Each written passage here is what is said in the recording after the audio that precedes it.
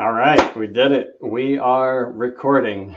All right, so welcome everybody. We wanted to do something live, but we couldn't quite pull it off with everyone's schedules this week. But we also had a ton of questions, a really good response to last week's live training, a couple of points of feedback about like getting into some more advanced trading strategies, getting into the meat and potatoes quickly. So I asked Tom and Walden to join me again this week, and here we are.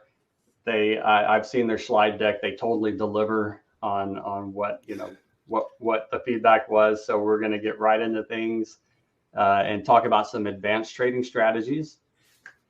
I really appreciate you two jumping on here with me again. It's I know it's a time commitment to prepare for these things, and you're also fulfilling on the class that kicked off this week. So yeah, thanks again, guys. Our pleasure, dude. Yeah. All right, I'm going to start the presentation. Pull up this first slide. All right, so the title is How to Make Daily Profits Daily Trading Crypto, right? So last week, Walden shared kind of the big picture that we're looking at compounding returns over a much faster basis, because if you can compound 10 times or 12 times a year versus once a year, or what about 30 times in a month, right? Then things accelerate quickly. So it's a foundational concept. We're just going to build right off of where we started last week. Walden's going to dive into this 5-step trading method. Trust me, it's fascinating. It's overwhelming out there in the world of crypto. This is going to show you how to narrow down to just a handful of cryptos that you can focus on. You can learn how to analyze and trade them. You put a lot of homework together, it leads to the ability to make trades quickly and with confidence. So before we get into it, let's do the disclaimer. We got to tell you this. We are not giving you financial advice. I'm the host of a docuseries. Walden's an entrepreneur. Tom's an educator and a life performance coach. Like these are, this is here for your entertainment. Don't make any decisions without really thinking it through for yourself and without owning your personal responsibility for that. Don't sell off all your assets. Don't go into huge amounts of debt to do risky trades. Learn, if nothing else, you can always paper trade with these concepts and learn along the way. But that said, we are here to entertain you and to provide information only. All right. Next up, remove distractions. Again, Walden and Tom took a lot of time to prepare for this. Let's honor that. Let's respect that. It's probably the most valuable thing you can do with the next 30 minutes. So turn off the phone, close the email, close Facebook if you're on there, Twitter. Focus. All right. And if you stay until the end, we're going to give the update. So last week, Tom analyzed Bitcoin and Cardano. His price predictions played out exactly as he stated on the last call. So we can actually see that on the chart. And he's going to update his opinion on what the price action could look like over the coming days. I mean, if anyone played the advice last week, I'm sure they're happy. And this is going to be really insightful for me. I'm looking forward to that. And then warning, this is going to come down, and we are going to talk about some additional training. All right, let's talk about Walden. Just quick recap. Walden is a serial entrepreneur. I've worked with hundreds of entrepreneurs in my life, and he's a standout amongst them. He is absolutely an overperformer and a high achiever at anything he puts his hand to. He's a good family man. I mean, these are he's a force to be reckoned with. That said, he's really good at helping other people achieve their potential by creating systems and processes. I mean, that you have to be good at creating processes to have a dozen or more operating businesses, which he does. All right, Tom, another family man. He's got a baby on the way, the first girl out of 5. So, pray for him. He's got 4 boys. He's a high performance mindset coach. Listen, don't skim over the mindset stuff that we're going to talk about tonight. If you talk to any experienced trader, they're going to tell you that it's the mindset stuff that will mess you up or make you a superstar. If you let yourself be ruled by emotions and you don't learn how to think about this correctly, doesn't matter what strategies or tactics or technical analysis you can do, you'll self-sabotage. That said, he's got a really good background on Wall Street, so kind of being inside of the machine. But he realized, like a lot of us on this training, that it's a bit of a rigged system. They're not telling the whole truth. They're very self-serving. And so he is here tonight to share what he's learned. Walden turned $317 into $262,000 with what Tom taught him, the foundations of which he's going to run through tonight. But not only that, they've actually trained hundreds of students since then to repeat their results. I've met some of them. I actually interviewed one in the series. You met him. And the results they're getting are phenomenal. I'm joining them in their current Crypto Growth Accelerator program. And I'm just thrilled to shut up and let you guys get into the really good stuff. And so like I said, last week we asked, hey, are you a 1 or a 10? 1 being zero knowledge and 10 like really, kind of being in there. We found that there were way more people close to the 10 or beyond mark than expected. So Walden, with that said, why don't you, well, actually, Tom, I think you're going to kick it off. So why don't you guys just jump in and get to the meat and potatoes? Absolutely. Thank you so much, Michael. We excited to be here again. Like Michael was saying, we kind of a wide variety last week in our original webinar, right? People who are at a level 1, people who are very experienced in trading. And to be honest, we wrote the presentation more towards the level 1. So we heard your feedback, wanting to get more into the details, kind of get some more advanced trading skills. And so we want to deliver that today. So we're going to kind of jump in. And I'm going to start with the mindset piece. Like as Michael was saying, like it's so crucial, and I don't want you to overlook it. And I want to tell you why, because I think we can all agree that the reason you're watching this is to learn how to make more money, right? To grow and increase your skill in making money. And when you look at just the environment of how people make money, right? You look at people who make a lot of money, like professional athletes, surgeon, entrepreneurs, right? Like there's this balance of the physical skills that are required, right? If you're a professional athlete, like the physical skills required to play the sport is one level. And then there's also mental side of it, right? There's this dynamic between these two, right? If you're a surgeon, you get paid a lot of money for having the physical skills to be able to cut in the right places, right? To keep people alive. Like entrepreneurs, they have physical skills of building relationships, communicating, presenting like we're doing here now, right? Like there's this balance of physical skills and kind of like the soft skills. But when it comes to trading, and you think about the balance between physical and soft skills, right? Like the only skills required to trade are the same skills you use to get on this webinar. If you can turn on a computer and you can click a mouse, that's the only physical skills you need to trade, right? So if you think about that, what differentiates the people who can make a lot of money trading and the people who don't, right? It's the mindset. It's the soft skills that they have. It's the analysis. It's being able to hold their emotions, be able to hold their composure and have a trading system, right? So the mindset is a huge piece of that. So I want you to kind of see that, right? In the world of making money, there's this balance of soft skills and physical skills. And when it comes to trading, it's so imbalanced on the soft skills that one, it's a positive thing because it's accessible to everybody, right? But the other thing, it's probably a little bit more, just takes more discipline to recognize the soft skills, the mindset skills, because a lot of us want to just jump in and say, show me how to do it. Let me do it, right? But as Michael was saying, that can create sabotage. So I'm going to kind of walk through this process with you of how the brain processes information when it's learning something new. So there are 6 steps to this, and I'm going to kind of move through this pretty quickly. But whenever you're presented with any new information, right, the first thing that your brain does is they want to reject it, right? And I joke with a lot of people saying, like, if this is the first time you ever heard that, you're probably like, no, I'm pretty open-minded. That can't be true, right? That kind of proves the point that the brain is just rejecting new information.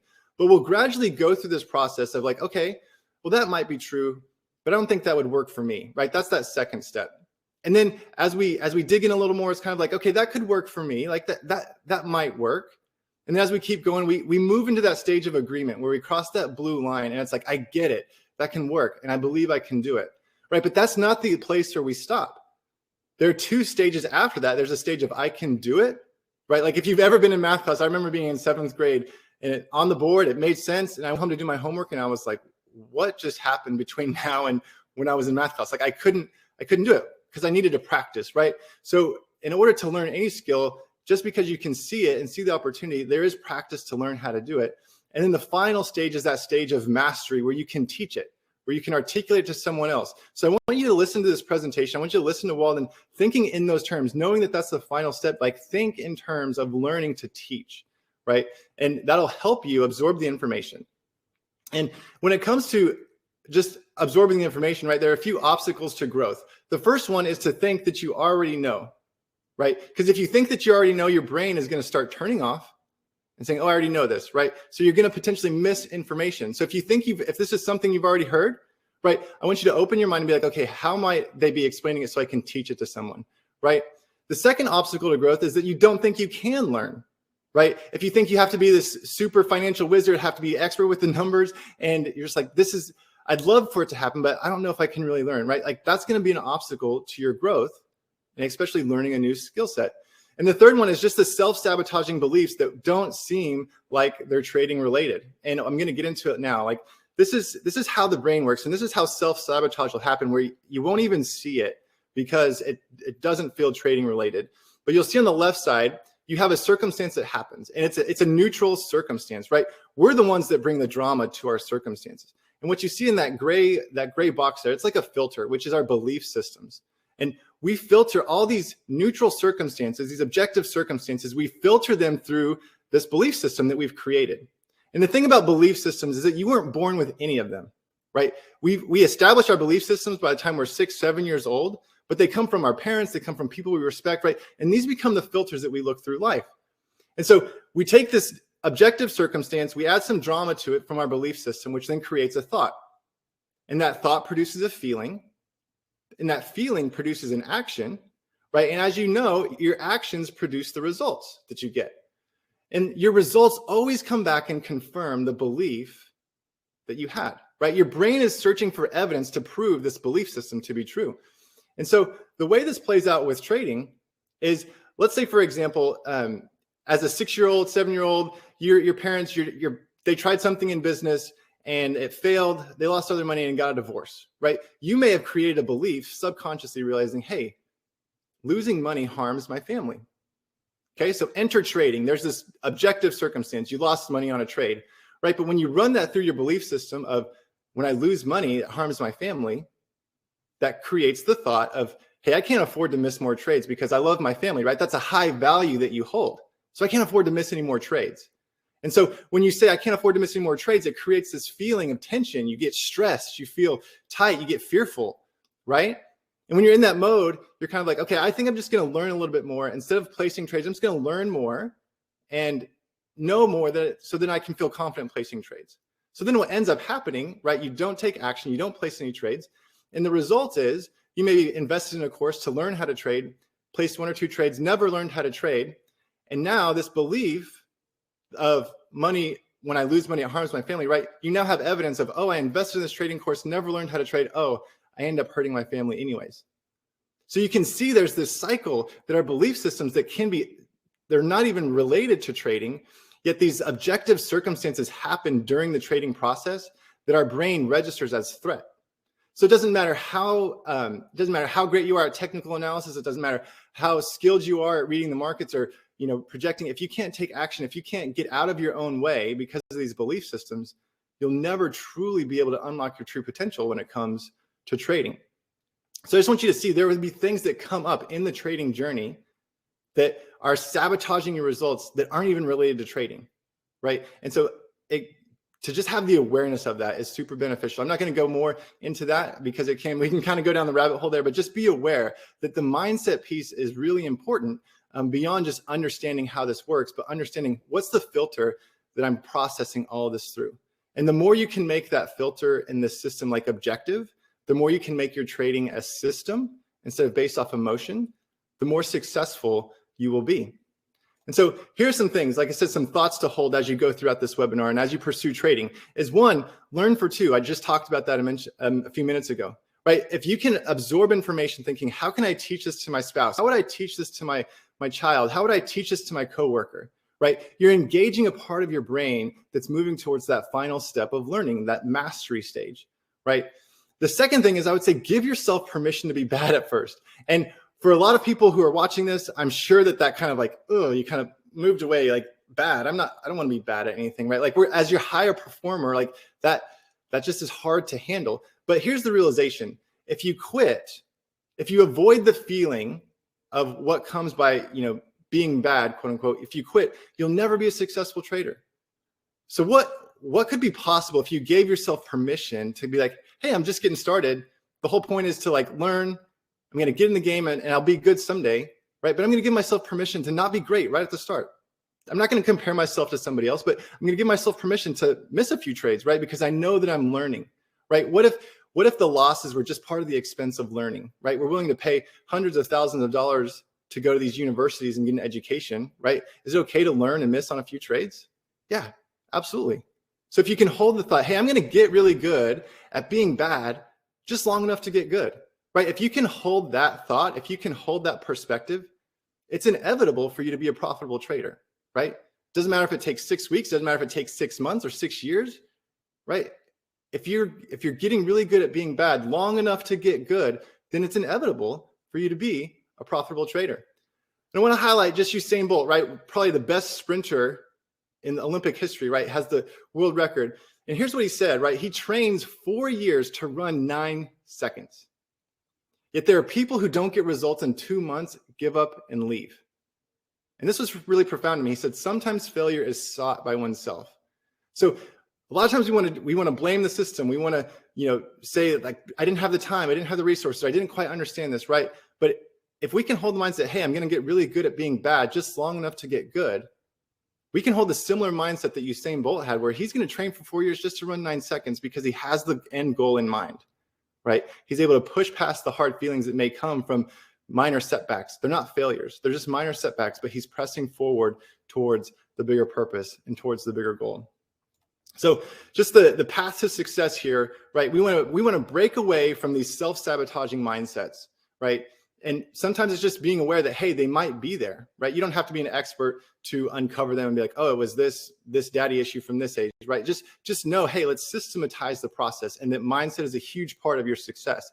The other thing I would say is start small, right? You don't have to start trading thousands of dollars. The beautiful thing about crypto is you could trade $10, you could trade $5. Find an amount in your mind that says, if this goes to zero, I'm not going to lose any sleep at night. Start with that amount.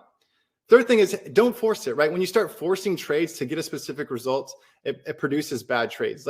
Just have the mindset of slow is smooth, smooth is fast. Like if you've done anything with martial arts, right? Be slow. Once you get it smooth, you can start moving fast and it becomes reactionary, and you actually move more quickly than trying to force it and white knuckle the process. So don't force it.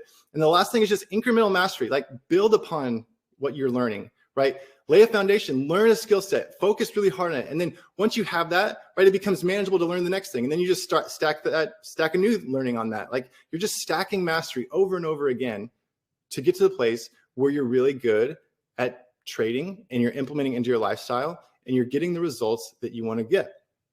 So like I said, I just want to reemphasize, mindset is a huge piece of that. We just scratched the surface on that today, right now, because we want to get the meaty stuff. But I want to pass it off to Walden to talk about his 5-step method when it comes to trading and how he's been able to compound his wealth at a much faster pace than the average person.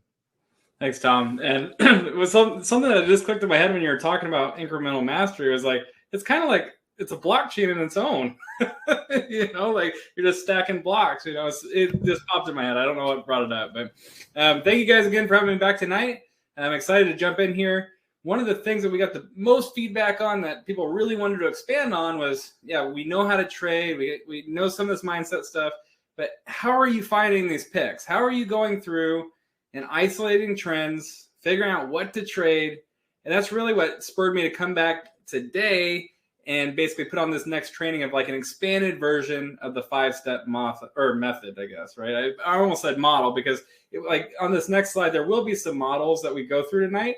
But overall, it's the method, right? And as Tom said, it's incremental mastery, right? So get really good about just breaking it down into steps, because I knew, as being just a ranch kid born in Wyoming, no technology. I was joking around with somebody earlier.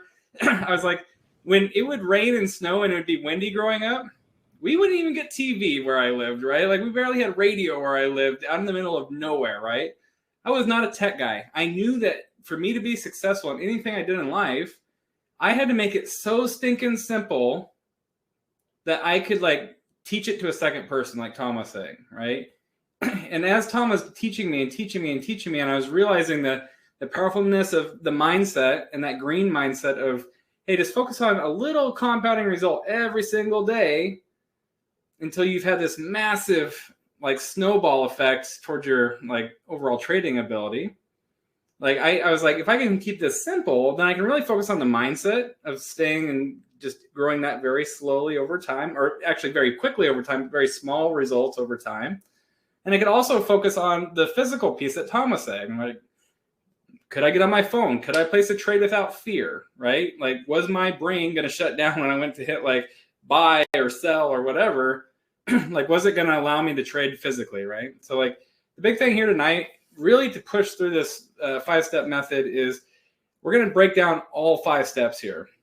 Like, and even if you've seen this before on last week or even on Monday night, this will be a little bit expanded view of that so that we can actually walk you through this all the way to an example. Okay. So keep that in mind. Keep it stinking simple. Okay. Like that is what will ultimately lead the most success in life in all aspects, but especially when it comes to trading, because if it's simple and digestible, it's scalable, replicatable, and you can then ramp it up. Right. So like jumping into it here, I just want to cover some categories first, so it'll make more sense on the next slide when we actually talk about step 1. But there's so many categories out there when it comes to crypto, right? And really what I'm doing is I'm using these categories to kind of create like watch lists of projects that are happening in those spaces, right? And we'll get in more depth of that in just a second, but keep these ones in mind, right? When you think about crypto, it's not just Bitcoin, right? It's not just a cryptocurrency. There are platforms out there, there are ecosystems, there's projects around privacy and data, and there's social networking like abilities popping up all over the place built on blockchain.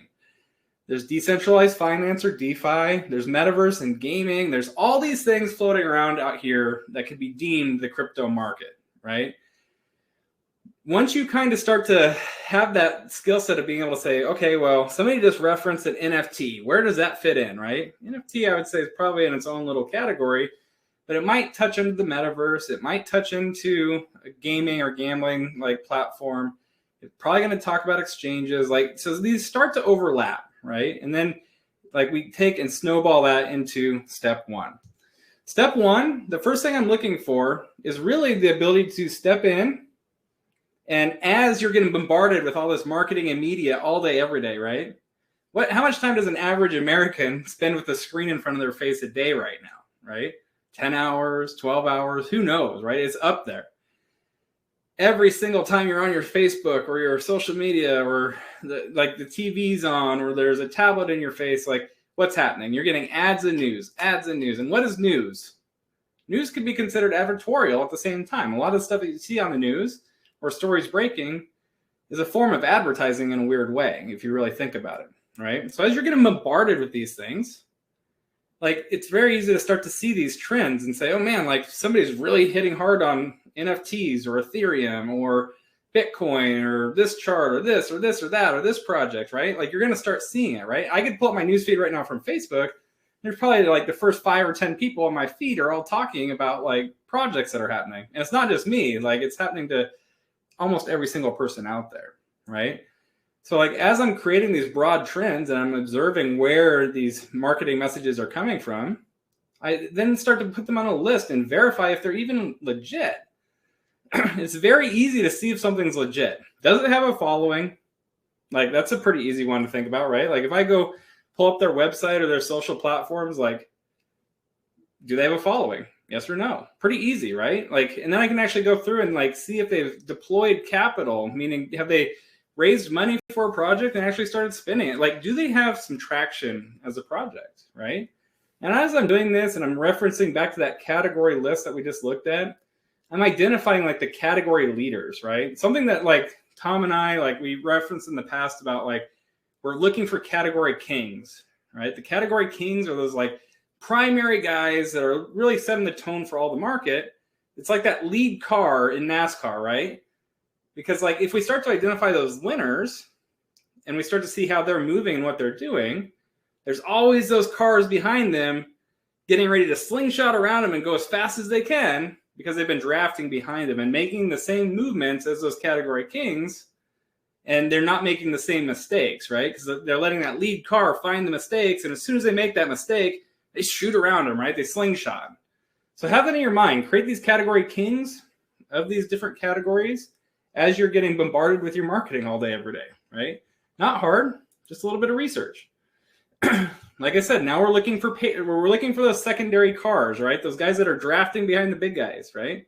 Behind the big category kings, there's always going to be the secondary players, the people that are not as big as like a Bitcoin or Ethereum, but they're getting ready and poised to take action and move fast. And something that we hit on really hard last week is volatility and how it's your friend, right? For it to be volatile, it needs to move fast, right? It has to have that slingshot like action or that visual that's happening, right?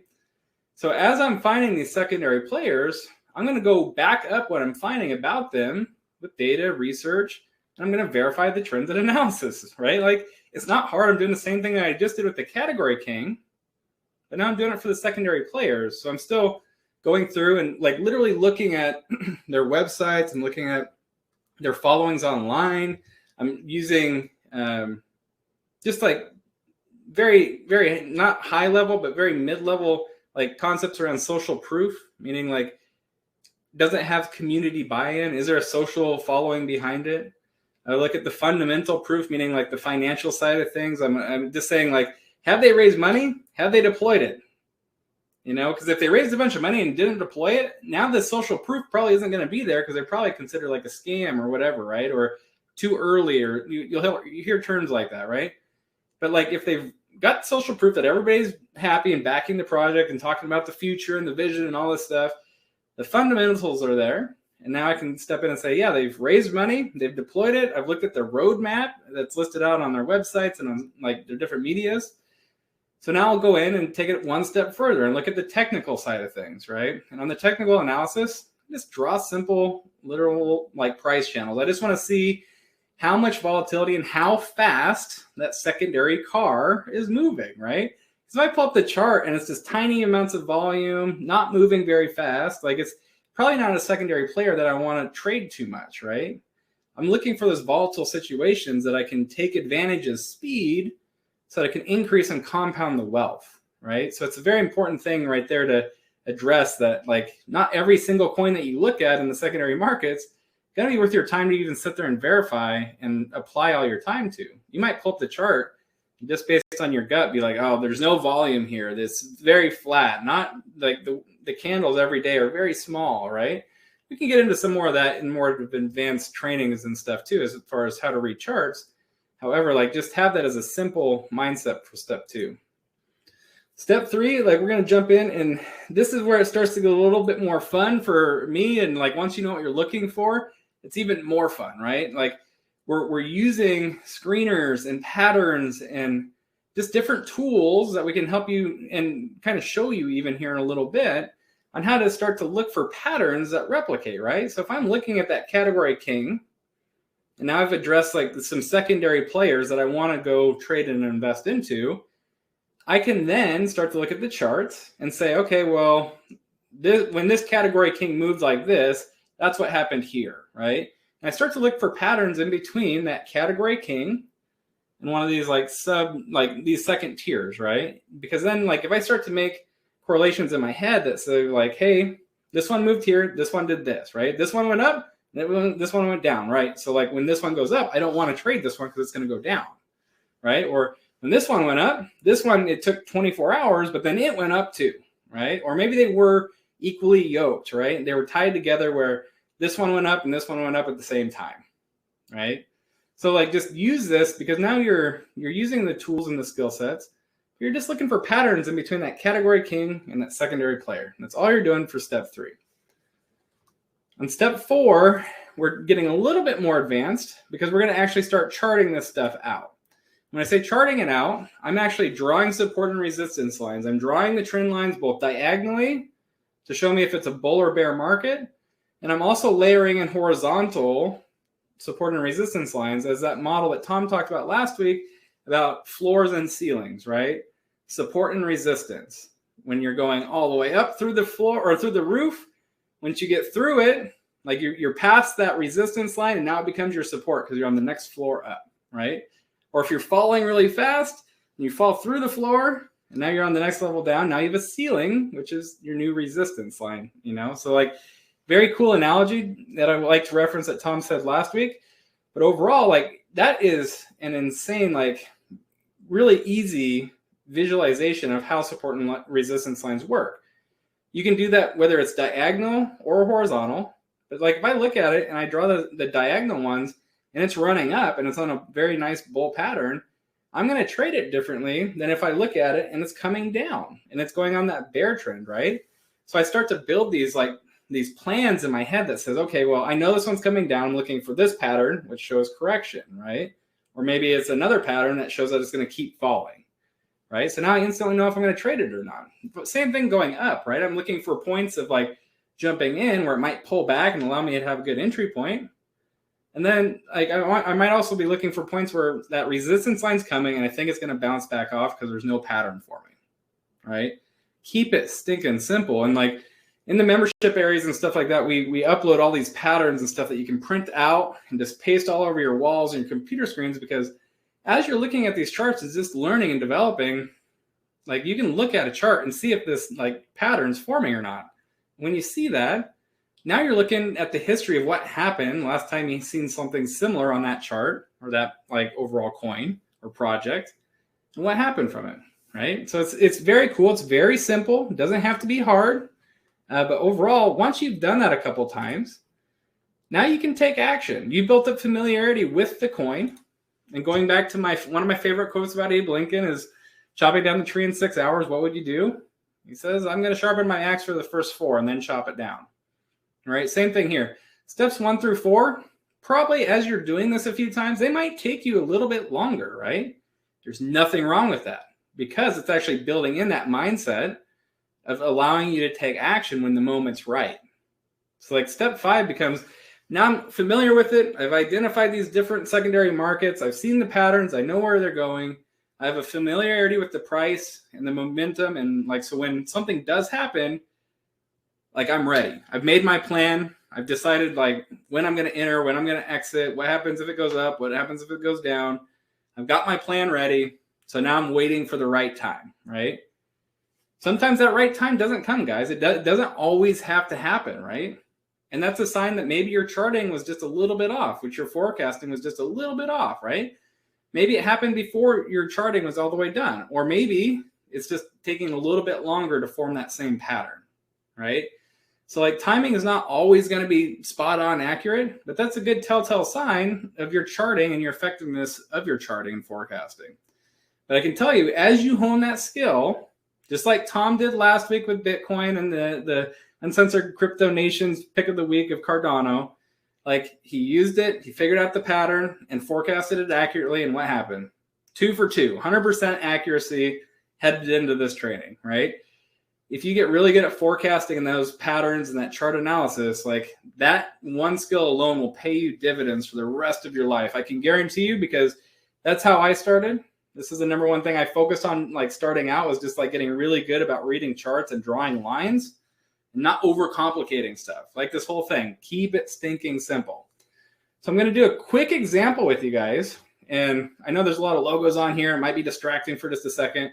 But overall, like you should be able to see 5 columns, right? There's 5 categories right here, right? So like what's happening on social media? You're seeing an NFT boom. It's like people selling JPEGs and videos and like all this stuff. And it's just like, what the heck is even an NFT? I don't even understand, right? Like there's a lot of the feedback that I'm getting, right? What's that lead you to do? Oh man, there's a trend forming around NFTs. Great. Let's take it a step further, okay? So now that I know there's a trend forming around NFTs, I can go bounce over to Rabbi Google or just ask people on social or go to a Discord channel and even find out what platforms people are using to trade NFTs on, right? Usually, and one of the number one platforms out there is a platform called OpenSea, right? Great, now I pull up OpenSea, I can kind of see how it works and see what platforms they accept and what tokens and currencies are basically running that backbone of that trend that we just found. Not hard, not complicated, right? We know that there's a trend happening. We found the platform that it's happening on. And now we're looking at the coins that are on there, right? There's only 3, right? I'm only going to hit on 2 of them tonight. But like the first one is Ethereum, right? Which I would consider a category king. It's one of the stable. It's like one of the bigger coins out there. It's a huge market cap. Almost every project out there is built on Ethereum, right? So that would be a category king. That'd be that lead car that is setting the pace for everybody else, right? What other two platforms are on there, right? And I just had kind of a brain fart on one, but the one that I actually wanted to hit on tonight was Polygon or Matic, right? Which is that purple logo there, right? Polygon, very low on the actual like price per coin chart. But because there's so much volume happening with NFTs on platforms with OpenSeas, and not everybody wants to trade Ethereum, that secondary player, which is much smaller, fractions of a dollar compared to Ethereum, is now gaining traction. It's hitching its wagon. It's drafting behind that big category king. So now I know that I can go in and do analysis. So I can go look in and say, okay, well, when Ethereum goes up, what happens to Matic? Matic's the ticker or the coin identifier, right? It's MATIC for Polygon. But what happens to Ethereum when Matic goes, or what happens to Matic when Ethereum goes up? What happens when it goes down? What time frames do they overlap, right? So as soon as I get really familiar with that, now I can say, okay, well, as I'm watching Ethereum raise, and NFTs are still everywhere, the trend's still legit, it's still active. And by the way, NFTs aren't going anywhere, so that trend probably will be around for quite a while. Like as Ethereum's doing its thing, where's Matic at? And as it's going, and now I start to get really familiar with those charts, I can take action, right? And that taking action part is what Tom said with the mindset, right? You have to get rid of all those limiting beliefs. You have to be in a very good headspace, being like the mental side of things. And you also have to have the physical ability to go trade, right? Because like you don't want to jump in straight to your app and have all this stuff plotted out and be like, oh no, I don't know what to do on this app. Oh, what does this mean? How does this work? Like you want to build up familiarity with that. So these first couple trades that you might do are going to be smaller, and that's 100% fine because you're building up muscle memory to trading. As you get familiar with that piece, and as you've gotten results now give you that green mindset that have reinforced your mindset, your trades can get bigger and bigger and bigger because you're building that confidence, and that win rate's going up and up and up. And oh, by the way, your portfolio is going up and up and up and up, right? And as you're building up that muscle memory, and now you've got all these new beliefs that have been solidified with actions, now you can take actions with bigger numbers and bigger percentages, right? But you're not just going to go from 0 to 100, right? Like you have to build this process up, and that's where Tom was, and to echo him, that incremental mindset, right?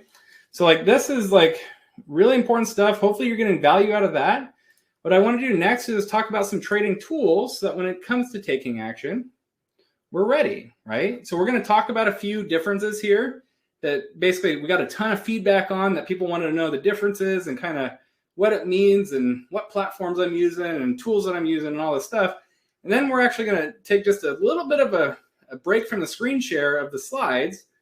Tom's going to pull up a couple of them that he uses for charting and screening. I'm going to pull up a couple that I actually use for trading. Just walk you through a couple of things that are key features on the differences. And we're going to come back and hand it back over to Michael, okay? Just so you have kind of an agenda painted out here. But these trading tools, I don't even know. You can't even, I couldn't count these up if you gave me until the rest of the year, probably. Like there are so many tools out there and media outlets and all these things that we use or could possibly use. But I mean, I probably only use a handful, right? I might use 5 to 10 actual like different things to build up all this, the 5-step method, all the way to taking action and trading. Like there's only a few websites that I reference.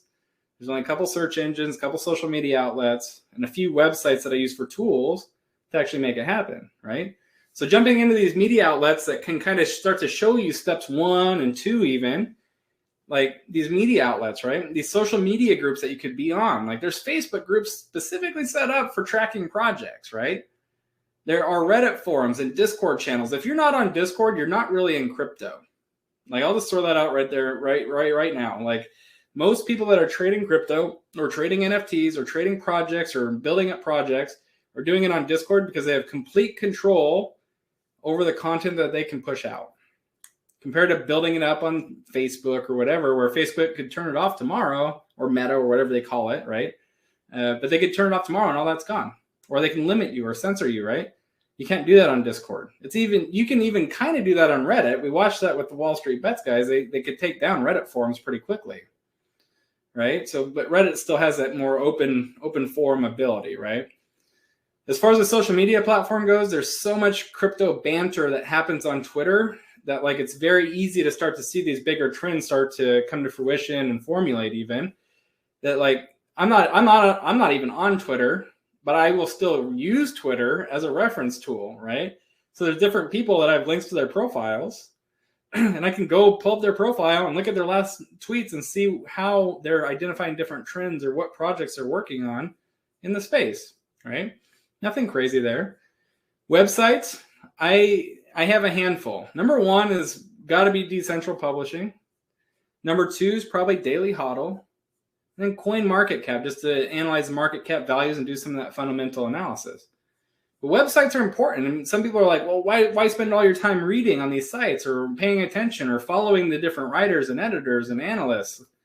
It's because I'm only one person. Tom's only one person, right? Even if you put us together, we're only two people. And we both have over 4 kids for me, 4 and almost 5 kids for Tom. And we both have businesses that we're running and different things, right? There's no way for us to stay completely up to date with everything happening in the market spaces, right? But these teams that are cranking out 30, 40, 50, 100 articles a week, their teams are doing a ton of research. They know what's coming down the line. They're doing recaps. They have all these things, right? So like I don't have to then go pound the pavement on the internet and go look for all this information, right? I can validate articles that I read on their platforms. But overall, like I'm just literally distilling and kind of doing quick reads on some of the projects that are coming down the line, right? It doesn't have to be hard. You don't have to go to 1,500 websites to figure out where the trends are. Like you can go to some of these major players in the publishing industry, see what they're talking about, make some judgments, and go verify the trends, use data, just like step 1, right? And then the last one, it shocks me, actually utterly shocks me, because I realize that it's been around for the better part of 20 years, 2 decades. It shocks me that people don't really know how to use Google and Google search to their benefit. The one caveat that I like to add to that is when you search on a search engine, you're going to find what you're looking for, good or bad, right? So before you go to just straight to a search engine and type in number 1 coin to trade, it's like, no, you should probably already know what coins you want to trade and then go do that as a search and verify the data and analyst, right? Like use Google to verify thoughts instead of telling you and giving you bias on thoughts, right? Because anybody like Google could then say, okay, what are the top 10 coins, right? Google has its own list, right? No, like you should probably using some of these other websites and then using Google to verify those projects, right? So like just a few different media outlets that I pay attention to, right? And like I said, there's pros and cons to each. I highly recommend Discord, highly recommend Decentral Publishing. I highly I highly recognize Google search engine as a tool to verify, not to do initial research, okay? So with that being said, there's a couple things we need to point out here. One of the biggest questions that we had on the last training was, well, what platforms do I use to trade? And there's a couple of benefits to doing all these different things, right?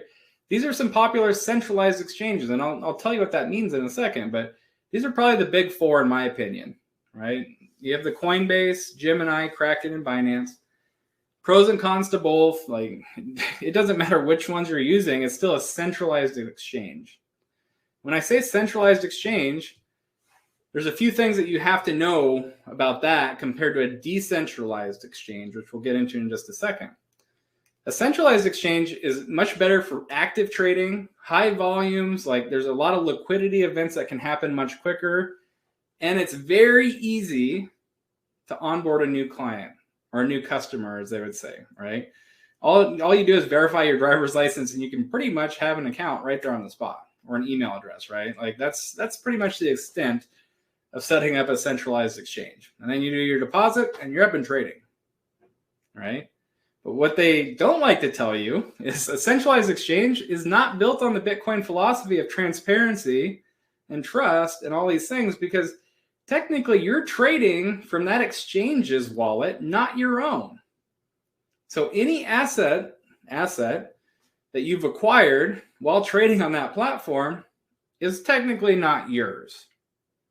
And that's why you can move it around so fast. And that's why you can move volumes and have liquidity happen faster, because you're trading from their wallet and basically the asset's already there to be traded, right? When you think of a decentralized exchange, which is super important in what we're talking about here, a decentralized exchange is built on Bitcoin and Satoshi's mindset and philosophy of decentralization, right?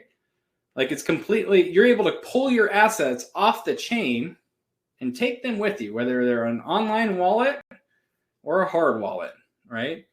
And basically that still allows you to have pretty active trading, because you can pass money from your wallet, or your currencies back from your wallet back to your centralized exchange. You can still move whatever volumes you want. Liquidity is a little bit of an issue with the decentralized exchange, but not bad, just because you got to take extra steps to get it and move it around. The onboarding is going to be a little bit rougher, and I'll get into that in just a second. But now you're following Bitcoin's philosophy, and the assets are actually your own, right? You could take those assets, put them on a wallet, change countries even, right? Plug the wallet back into your computer and you're good if you're using a hard wallet, right?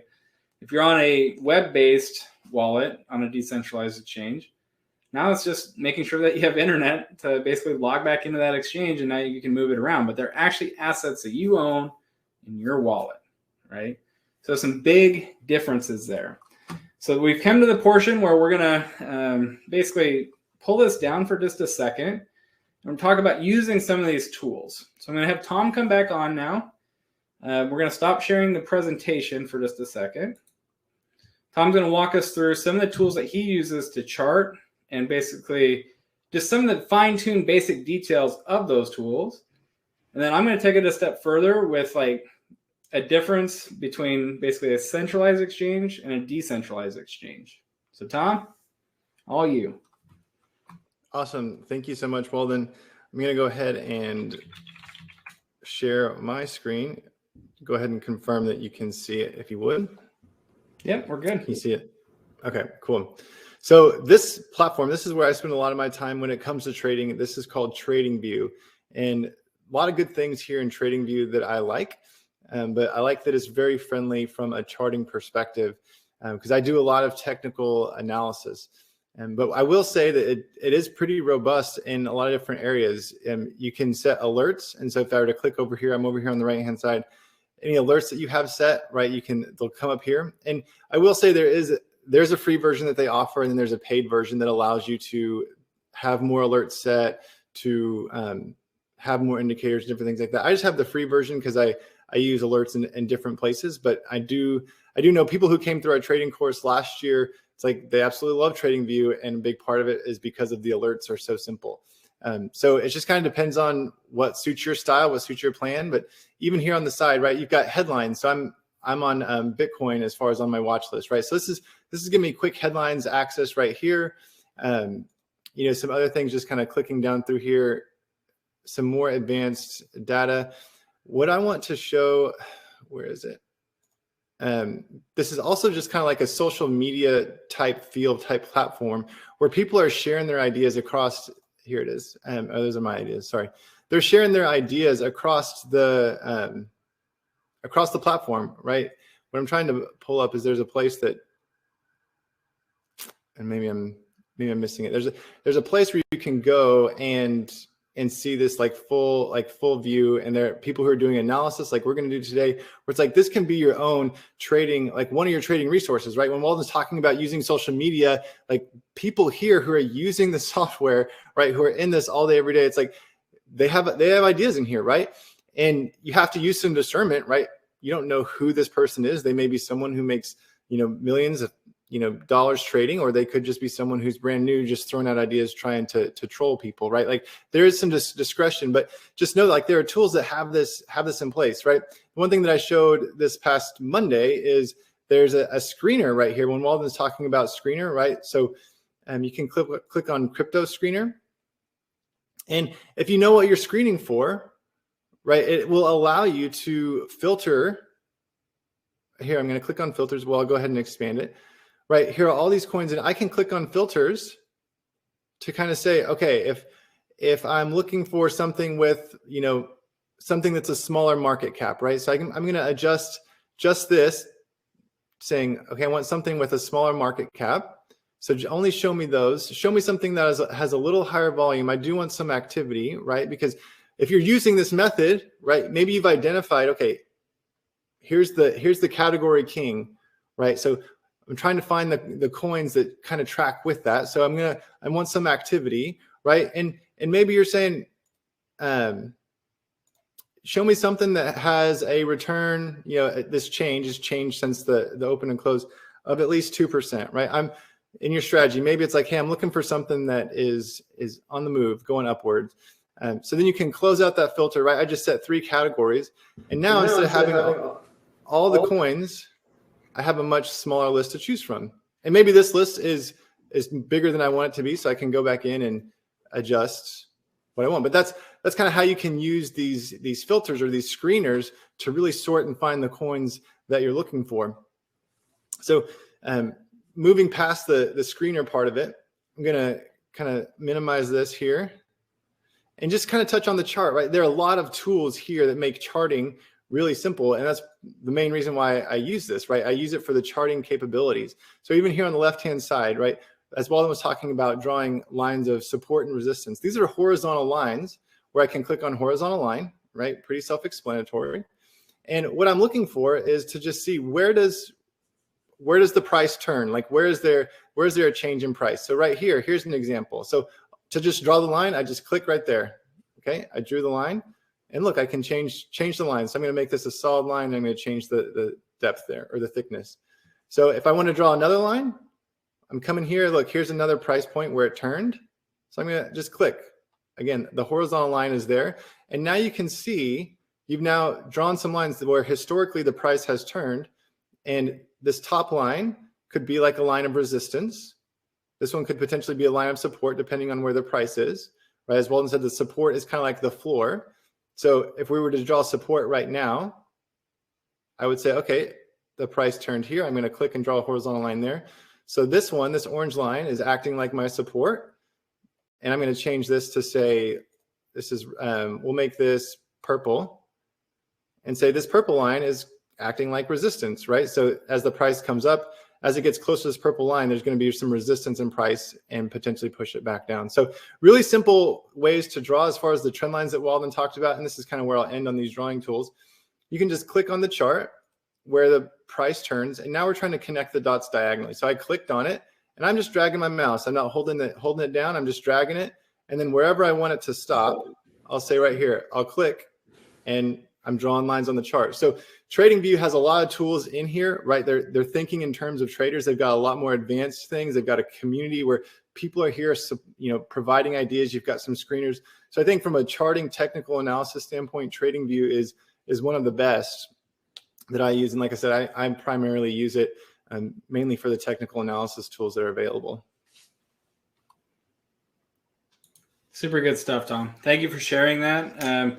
Guys, like I said, once we have some of these resistance and support lines on, like you're seeing Tom draw, like it's very easy to now go back and add chart patterns to that, right? And certain chart patterns are going to be more prevalent on bull markets when it's coming up than bear markets when they're coming down, right?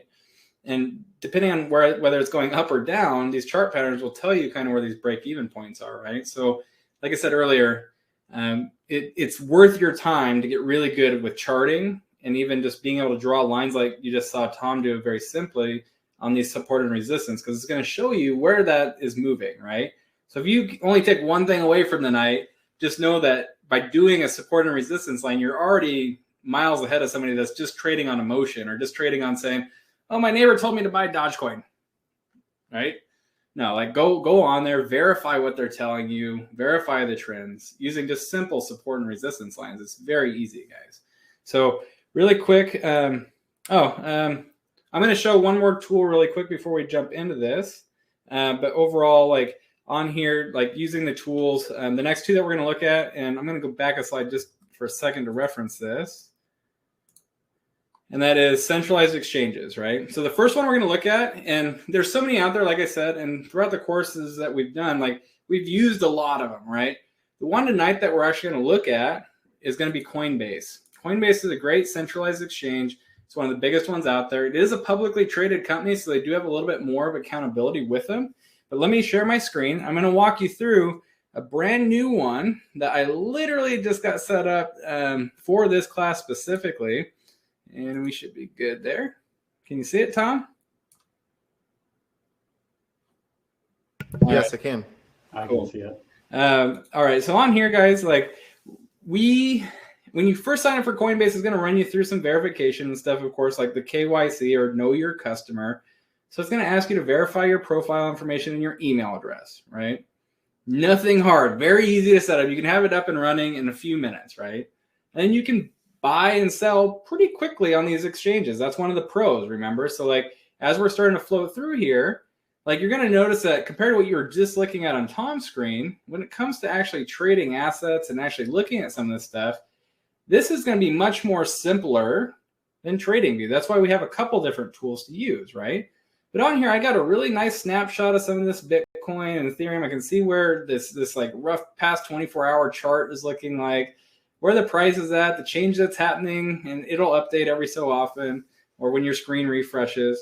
And then it'll also talk market cap, right? So when we're talking about these big category kings and these leaders, if you see these big guys like Tom was just showing in that screener, now you kind of know where those front runner pace cars are at, right?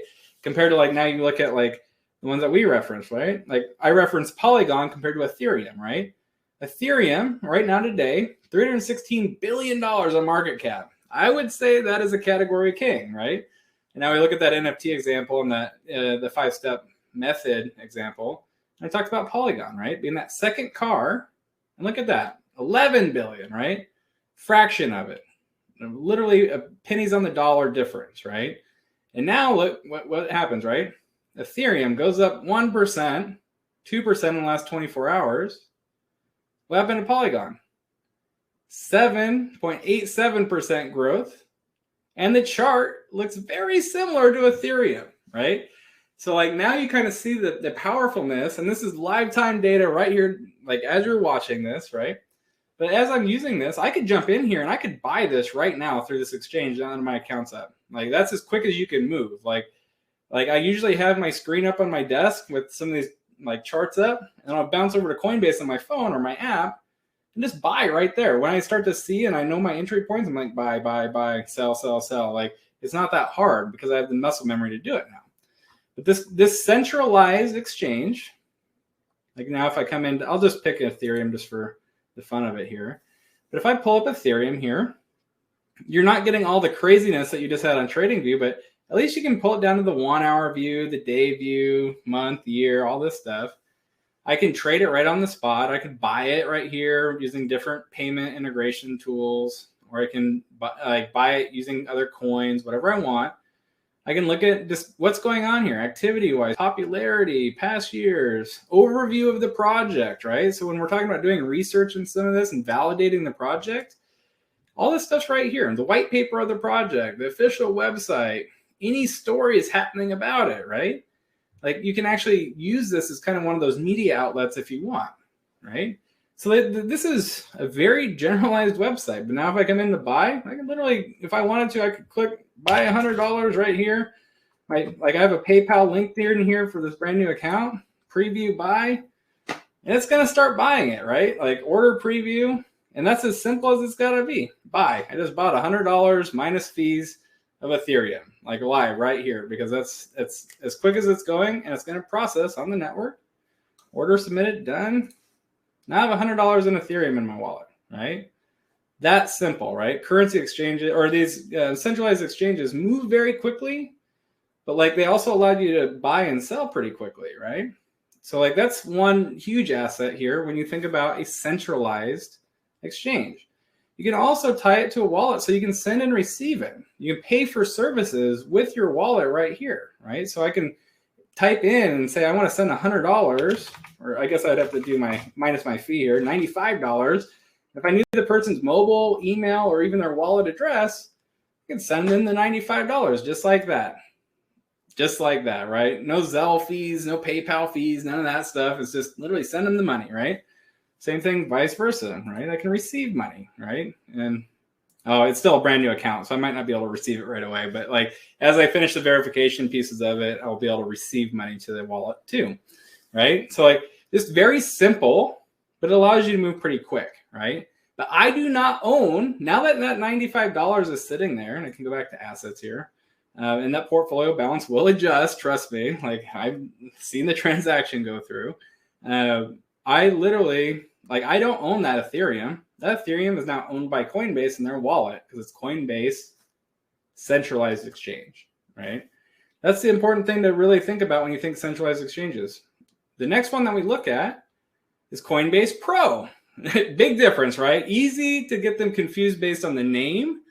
However, when you start to actually look at this, Coinbase, like just regular old centralized exchange, white and blue, very like lively, it's popping, it's bright, not too much activity going on, not a lot of moving features. It's based on basically very simple principles, right? Because they want to make it easy for the customer, right? Now you jump over to Coinbase Pro. Pay attention to the URL up at the top. I guess the URL might not be shown, but when you log into Coinbase Pro, it's actually pro.coinbase.com. Okay, and that's where you would go to sign up too. There's a lot more moving on, as you can see, right? Like now on here, I have my order walls, and we can get into more expansion on that in the future, but we have order walls, we have trade histories, we have all this stuff going on. I can still buy and sell straight here if I want. And because I went through the wallet verification of this Pro decentralized platform and typed and got my 16 keywords that are linked now as my password and all this stuff, now if I buy here, that coin is actually coming to my wallet to be held, right? I actually own that right here. I can come in here and select different markets that I want to trade. And if I want to convert to BTC, being Bitcoin, or deposit or withdraw, like I can do all these things. And the nice thing is, because these are sister products, if I wanted to, I could come in here, go to my default portfolio. Like that in this, like I said, brand new account, just setting it up. But I could click deposit on my default portfolio right here. And now I can say, hey, I want to transfer that Ethereum that I just bought from Coinbase. So it's coming from my Coinbase account right there. You see 0.03 Ethereum in that account that we just bought to my default portfolio. I'm gonna send it all. I'm gonna send it all. All $95 here, and it's gonna show me my fee, which is 0 because it's a sister product. It's an unlimited transaction. Processing time is going to be almost instant because it's just their wallet to my wallet, right? I'm just pulling it off of the chain is the way they would say it. Deposit it here. All right, deposit is complete, right? Now it'll take a second, and you saw I just refresh, and that money is now off the chain. That's as easy as it was. What did that take? A couple minutes. We pulled money out of fiat, out of PayPal, out of a credit card or a debit card or whatever, onto cryptocurrencies through a centralized exchange being Coinbase, and just send it to my true wallet that I possess and own right here. And it took a few minutes, right? Now I have it in a format that I could use to trade, or I can sell, or I can transfer it to trade NFTs, or really whatever I want to do. But it can be that stinking simple, right? Very, very simple. And that's what I kind of want to just preface and leave here, because as you're playing around with these tools and getting more and more used to the different ones and how they all work and function, like Rabbi Google's your friend, all these platforms that are the main trusted ones have tutorials, have walkthrough guides, have easy ways to use them. And then you have Tom and I, you have resources like Uncensored Crypto at your fingertips, where we're here to help too, So it's not hard to set up a wallet. It can seem daunting, but once it's done and done, like it's very easy, right? You just watched how easy it was to convert money, and now I can sit here and trade it, right? Now I can get into actually charting my trades, buying and selling, converting, and making money, right? Very simple stuff once you've done it a couple times, right? So don't let it be daunting. Take a deep breath, and trust me, you'll get to the point where this is just, it's easy, right? So Michael, I'm going to turn it back over to you for a sec. You're muted. How about now? Yeah, Can you you're hear good me? now. Awesome. Yeah, we're professionals. The video.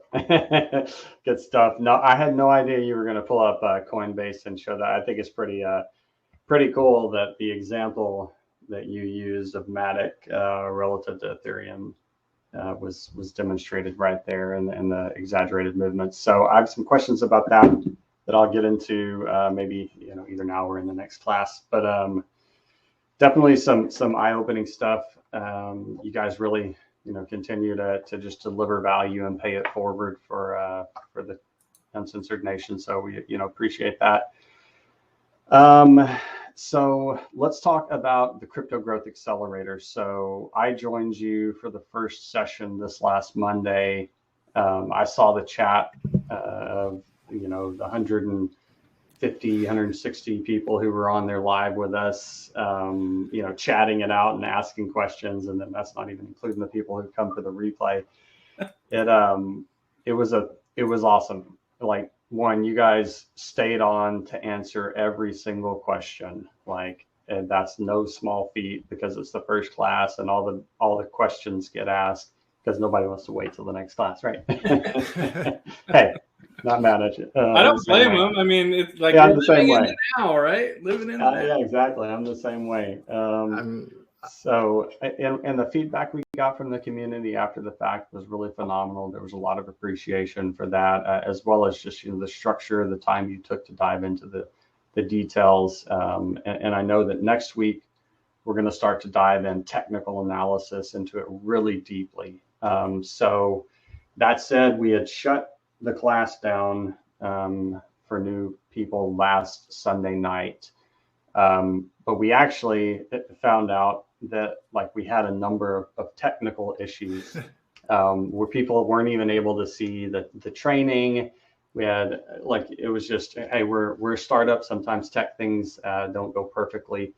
But that and the feedback from the community, you agreed to reopen the enrollment. Now people will have missed the first live class, but there's still the recording of that, all the Q&A, and then there's all the pics and the Q&A and stuff that goes for. Anyway, so I'm not doing it justice. So what I'd like to do is have you run through what's included in the program, and then just to fulfill on the promise we made to everyone, we'll jump into the update with Tom on what you see Bitcoin and Cardano doing over the next few days. All right, that said, Walt, take it away, buddy. Yeah, I appreciate it. And I'm just making sure that I have the exact breakdown that I need here before I share something I shouldn't share, right? But overall, cool. Yeah, that's exactly what I need. Guys, like Michael said, he did twist my arm a little bit because usually Tom and I, once we start something, we're going to finish it. Just like Q&A last week on our module, it's 3 hours later, we're still answering questions. It's but it's our word is our word, right? And that's what we're going to do. So if we say we're going to do something, we're going to do it. And basically coming off that last webinar, we're great, course starts Monday, close it down, Michael, and you guys all heard me say hey, I'm done, close it down, let's move on, let's get this course done. And then Michael came back and explained the situation with me. And that's where I really want to jump back on with you guys, open it back up, because there were a lot of people that missed out. And when it comes to helping people and also providing financial knowledge and things that could literally change your legacy, could literally change where you're at right now and where you're headed, I don't want anybody to miss out on that. I didn't want you to miss out on it. I didn't want your neighbors to miss out on it. I don't care who, anybody I do not want them to miss out on it, because I know there's value here. I know the results that we've already seen just from our first class on Monday, and I know how many people around the whole world need this knowledge, need this education, and they're hungry for it. If you weren't pumped up, if you weren't energized, if you weren't excited and actually seeking it out from us, this training today would not have been happening, right? But because you're hungry, but because you're active and you're here right now, we did open it back up. And just a quick overview of the Crypto Growth Accelerator. It's 6 live Zoom trainings. Yes, the first one happened Monday, right? It's recorded for on-demand access, right? So I'm going to jump into just a little bit of what all this stuff means and what you can expect from this, right? So some things that we're actually going to cover in this course is like what Tom said. We started out tailoring this to the introductory people without knowing that there's so many people that just wanted faster results, right? Better results faster. So we kind of restructured this, right? The first part of the modules, we're talking about introductory stuff. We're talking about the things that are for those 1 through 5s, like that we referenced at the beginning of the training. How to trade cryptocurrencies, how to set up wallets, what is blockchain, right? Like this is some introductory level stuff, but it's that foundational knowledge that allows you to start fresh and grow to become a very successful trader. And then we start to build in these other items into this training, right? Stuff like risk management strategies and price movement actions and how to get more advanced in your charting and technical analysis, right? Because our ultimate goal is like coming through here, we want you to be understanding of the actual crypto markets and how it moves. And like I said earlier, like Ethereum might move, but what's that do for these secondary markets? And is Ethereum moving because NFTs are way up here? Or is Ethereum coming down because NFTs now came down? Like, how's this stuff relate? Understanding these markets and how they play upon each other, right? And ultimately, this is where Tom, and he has the amazing ability to make things super simple, guys. Like I said earlier, if I didn't make this simple, there's no way I was going to keep doing it. I had to make it simple. And that's why I sought Tom out to train me, because like he is so relatable. He's able to like take the most complex subject and make it simple enough that even a little cattle ranching kid from Wyoming could understand it, right? And like if I could understand it, and I'm not even like on that side of the world of tech and financials, I don't have degrees in finance or nothing. He made it so simple I was able to replicate it and have the insane success that you guys have all heard about tonight, right? So like we want you to be able to find those right coins, be able to trade without fear, have the mindset to go and do this without fear, guys. There's so much freedom in that, right? And that's the ultimate goal here is like we're all chasing, or not chasing, we're all going after this like financial freedom vision. But some of us need that mindset piece right now to be able to then go accomplish that, right? And that's why what we have married here together between these like two different trading styles is like without that mindset, you can be a trader. You might even be a decent trader, but you're never going to be an exceptional trader because your mindset's probably going to get in the way, right? So that's why all this stuff's super important. And like we said, like last week was recorded. It's on-demand access, all 6 of these live Zoom trainings. So from last Monday all the way until whenever that is, middle of March or end of March, like they're all live with us. There's no other courses out there that are live right now like this. That you get access to 2 extraordinary traders on the spot. So you can do live Q&A sessions that are also now recorded, right? Some of the most beneficial like training and teaching that happened last week wasn't on the content that Tom and I curated for the class. It was the 150, 160 people that were on live with us asking questions on what they needed, right? Because then it opens doors to other questions that people didn't even know they had, and we didn't even know they had, right? So like some of this valuable content, or the most valuable content, is going to come through these live Q&A sessions that we do at the end of every Monday night. You might ask, like, what else could possibly be included in this?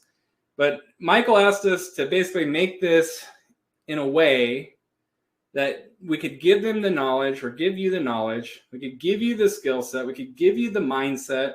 We could give you all these things.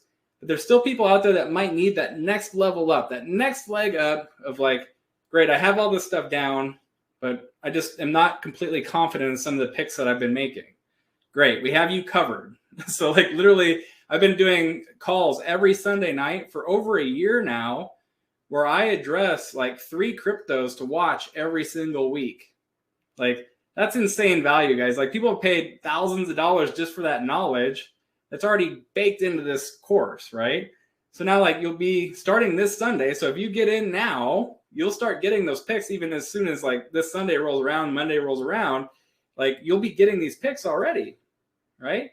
So now you have the knowledge, you have the mindset, you have the ability to take action, and now we're giving you stuff to actually go take action on that we've already done the research on. So we've shortcutted that process for you, and that's something that's tailored to those people that want 3 times the results twice as fast. So people that are wanting to move faster that already have the foundational skill sets. They just needed a little bit of direction, right?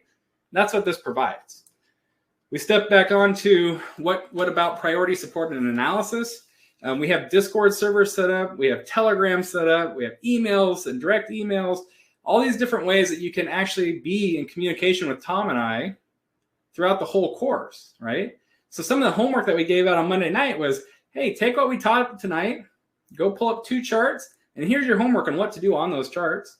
Send them to Tom and I on any one of these platforms, and we're going to make sure to hold you accountable to it and actually provide feedback on what you're doing to make sure you're doing it the right way. Like, there's no other course on the marketplace right now that does that for you, right? With hundreds of people involved, live courses, live Q&A, live exchange and interaction with the actual teachers of the curriculum. And we're actually making ourselves available to support you in all ways and help you analyze what you're looking at. And you might think, what could there possibly be left? And like, I actually think about this too a lot, because I'm like, man, what else? There has to be something else I'm missing. And the last thing that we baked in and actually put into this actual offer is the community aspect. So often, like, people overlook the community. But the moment that you bring community into any type of learning activity, you're linking arms with the people beside you, right? You're all at different stages, but you're all coming together to find a common goal to go pursue, right? And in this case, it's becoming a successful crypto trader, right? So let's get you together in a community, the Uncensored Crypto Nation. It's on Discord. We're all over the place.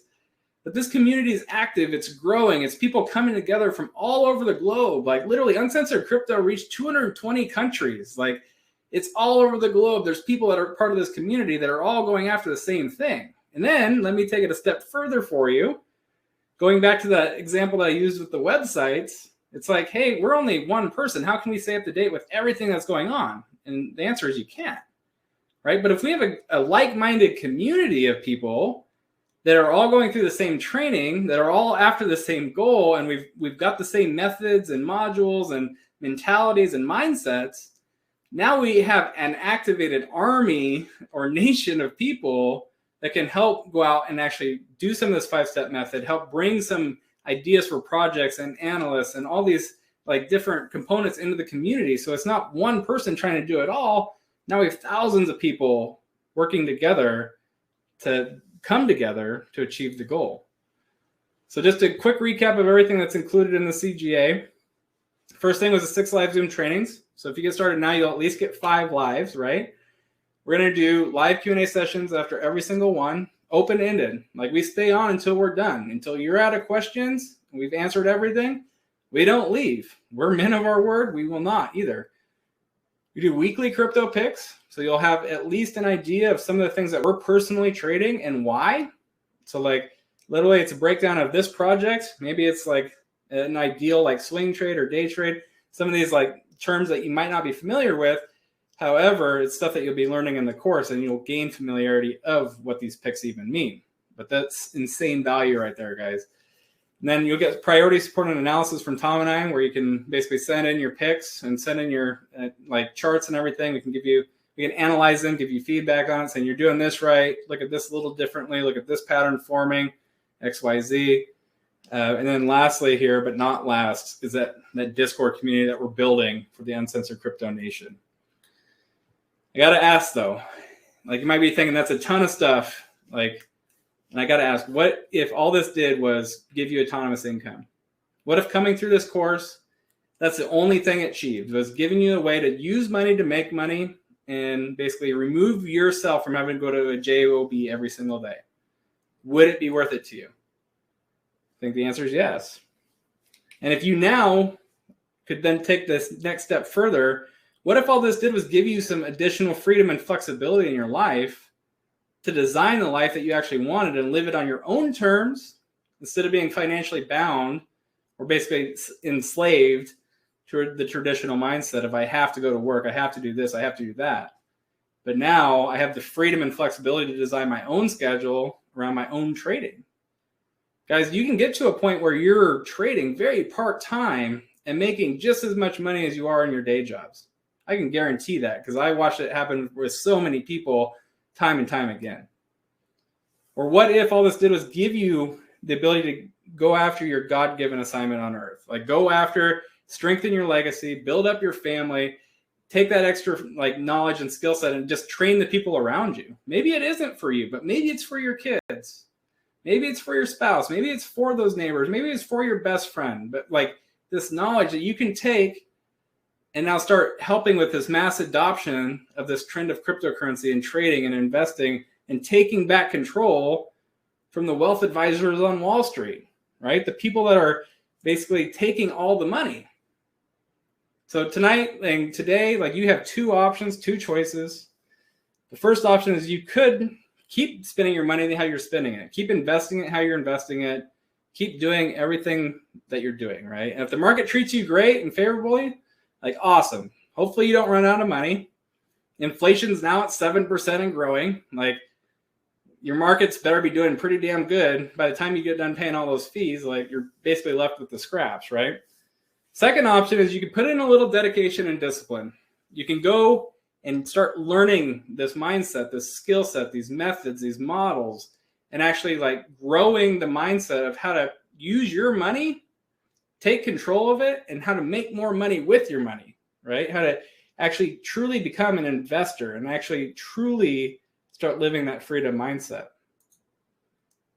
So I have to ask, what would that be worth to you? What would it be able, like, what would you pay for something like that? To have a skill set that would pay you for the rest of your life? Like, is it worth $5,000 a month? Is it worth $10,000 a month? Like, what's that skill actually worth? Like, if we could even replicate our skill sets into you, how much would that even be worth to you? Because like, I have to think about this in a very simplistic way. Like I said, been an entrepreneur a long way. I had to make everything simple, right? Because as I'm learning new things, as I'm taking on new skill sets, I was like, man, like that guy's really good about what he does. And that comparison mindset starts to creep in. It's like, I'll never be as good as that guy, right? And you might look at me and you might say that, right? You might say, oh, this guy's done all this stuff. There's no way I could do that, right? But I'll bring this mindset to you right now that has made me extremely successful as an entrepreneur. And it's, well, what if I failed it by 90%? What if I entered into this knowing that I don't want to be just like that guy? I just want to be me. I want my plan to come to fruition. I just want to, even if I could only make 10% of what he did, would it be worth it? So my example, like turning $317 into $262,000, that is still turning $317 into $26,000 in about 9 months. Let's do a little bit of math on that. So you fail me by 90%, you do the 10%, you would still yield more money by failing me by 90% than giving your money over to a wealth advisor. So like if you paid 20 grand to profit 26 grand, you would still yield over the 10%, right? 10% would only be $22,000 return on 20 grand of an initial investment into a course like this. I know people that pay hundreds of thousands of dollars to learn a skill set because they know they're going to have it for the rest of their life, right? They're in it for the long haul. They want to know what that expert knows now so they can start getting results now and have it for the rest of their life. Of course it's worth it, guys. Of course it's worth paying like up to any amount to earn a skill set that could pay you for the rest of your life. And I have to preface this, don't leave the screen. Don't be like sticker shock because trust me, these are the values of these things on open market. That's not what we're going to charge you tonight. That's not the overall package value. That's not even near it, right?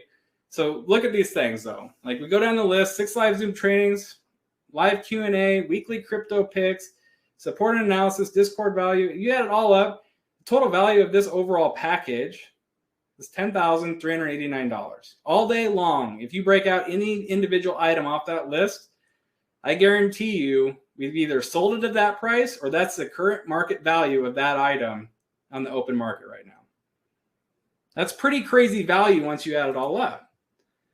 So you can see why even tonight, if we said this is a good deal at $8,000, like you can see it like all day long because now you're gonna have that skill set for the rest of your life, right? But because you're the VIPs, you're the insiders of Uncensored Crypto, you're the Uncensored Crypto Nation, you've been with us since the beginning, you're helping us, and we want to truly work with you, we're gonna discount that down by 50% right now.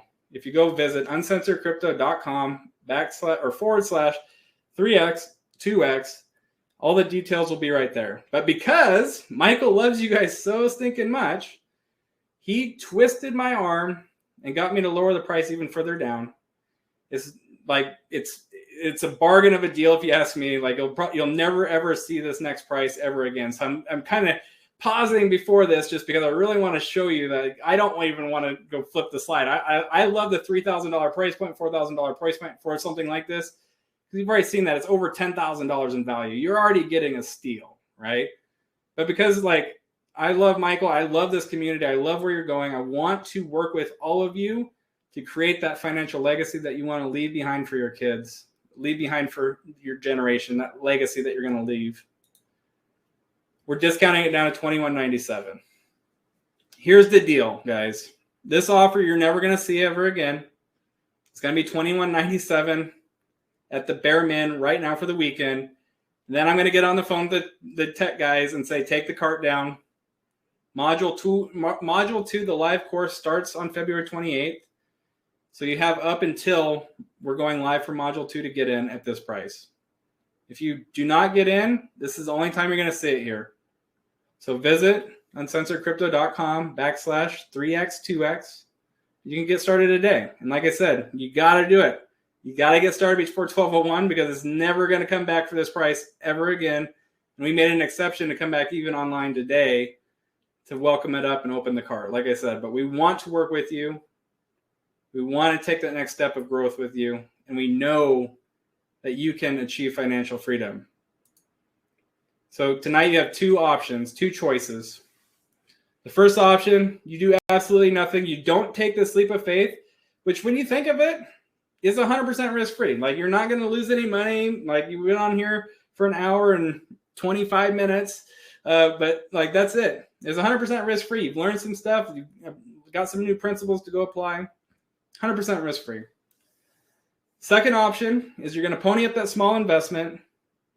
You're going to join us on this journey, and you're going to get insane value compared to what you're actually investing into this skill set. And that's how I know that this Crypto Nation is serious, because we've had insane feedback already on the value that we're providing. And I know without a reasonable doubt that everything that you see on this screen is going to change your life.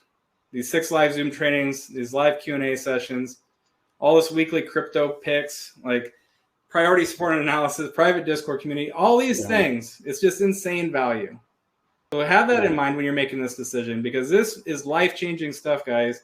And because you're part of the Uncensored Crypto Nation, that's why you're getting access to this. So like I said, I'm going to turn it back over to Michael now, and then we're going to jump into some live bonus material with Tom again and myself to go over like Bitcoin and a couple other charts. But here's the last link that you're going to see, and it's 3x2x here, uncensoredcrypto.com/3x2x.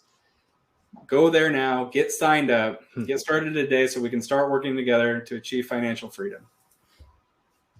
Awesome. Love it. Thank you, Walden. I appreciate you running through that. And, you know, the numbers that he puts up there, I assure you, Walden, his time is not cheap, and he's well worth it. But one of the value propositions really of this whole community aspect is that, you know, we're dealing with an unfair playing field when it comes to Wall Street, right? Not only, you know, do they have like full custody of everything and they can shut you down, as we've seen happen recently with certain groups. They can shut you down completely. But they've got teams, right? They've got teams of analysts who are poring over these different, you know, they're following a process, I'm sure, that's similar to your 5-step process, where they're screening, narrowing, they're monitoring, except they've got a dozen people out there researching, and it creates, you know, what they call the information asymmetry, right? Which is something that Fred Thiel talked about as being like a really important thing for successful trading. And so you have this information asymmetry where the information gets to the insiders faster. They have more resources to pull to bring it all together. Well, none of us can afford individually to go hire 12 analysts, right? But collectively, we can all contribute monetarily invest, right, in a sense, into our own education, but really we're crowd funding and crowd sourcing things. And Intel, you guys are doing a lot of research. You guys are putting a lot of hours into digging up this research. You look at stuff every single day, and you just pass that on to us. I don't have time to do that. I'm running a company and a family, so I don't, honestly I don't know how you guys do it. But that's kind of the gist. Is like, hey, we wish that we could all live for free and just give everything away. This is how we give things away for free, and the way that we keep doing that is through this crowdsourced kind of concept. And so wanted to just point that out and say, like, hey, like this, I'm in there. It's a good opportunity. The values that they're putting out there are legitimate, and I hope that you're able to join us. Let's see. I was taking some notes while you're talking. Let's see. You guys mentioned VIP support, because one of the things that I know we're going to get is we got people around the world and they want to be able to submit questions, but they might not make the live Monday night calls. So we do have a VIP support address for them, and they can submit their questions and get feedback between the Monday night calls. Is that correct? Yep. So you guys have access through email. So that the email that Michael just referenced, Tom and I monitor that. There's a Telegram chat, which acts very similar to a text message chat, right? It's just through an app. And there's also the Discord community, right? So you have 3 different ways, and very active in different ways, to get us for any question, right? It could be as simple as like, hey, great, what platform do you recommend to set up a wallet on? Or all the way to, hey, this is what I'm seeing on this chart. What do you guys think? And send a picture, a screenshot with your lines on it, and send it to one of those avenues. And Tom and I can get you feedback there. Wow, that's amazing. That's an incredible value. You guys are going to be busy for the next 5.5 weeks. But honestly, just to pile on that, is the live course, this is where the value is, right? I don't know how many of us have purchased a course and maybe done 25% of it, right? But we really see the needle move when people are actively engaged, asking these questions. So there's nothing wrong with buying a course and watching the recordings, as much as recognize this is being made available to you.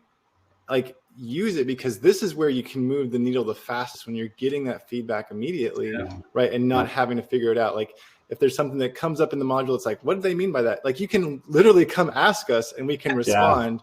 Where 6 months from now, if you're just watching the recordings, you don't have that opportunity. So this is huge. This is a big differentiator. Yeah, absolutely. And then I'll just touch on one thing about the community aspects, and then we'll get into the analysis of Bitcoin and Cardano.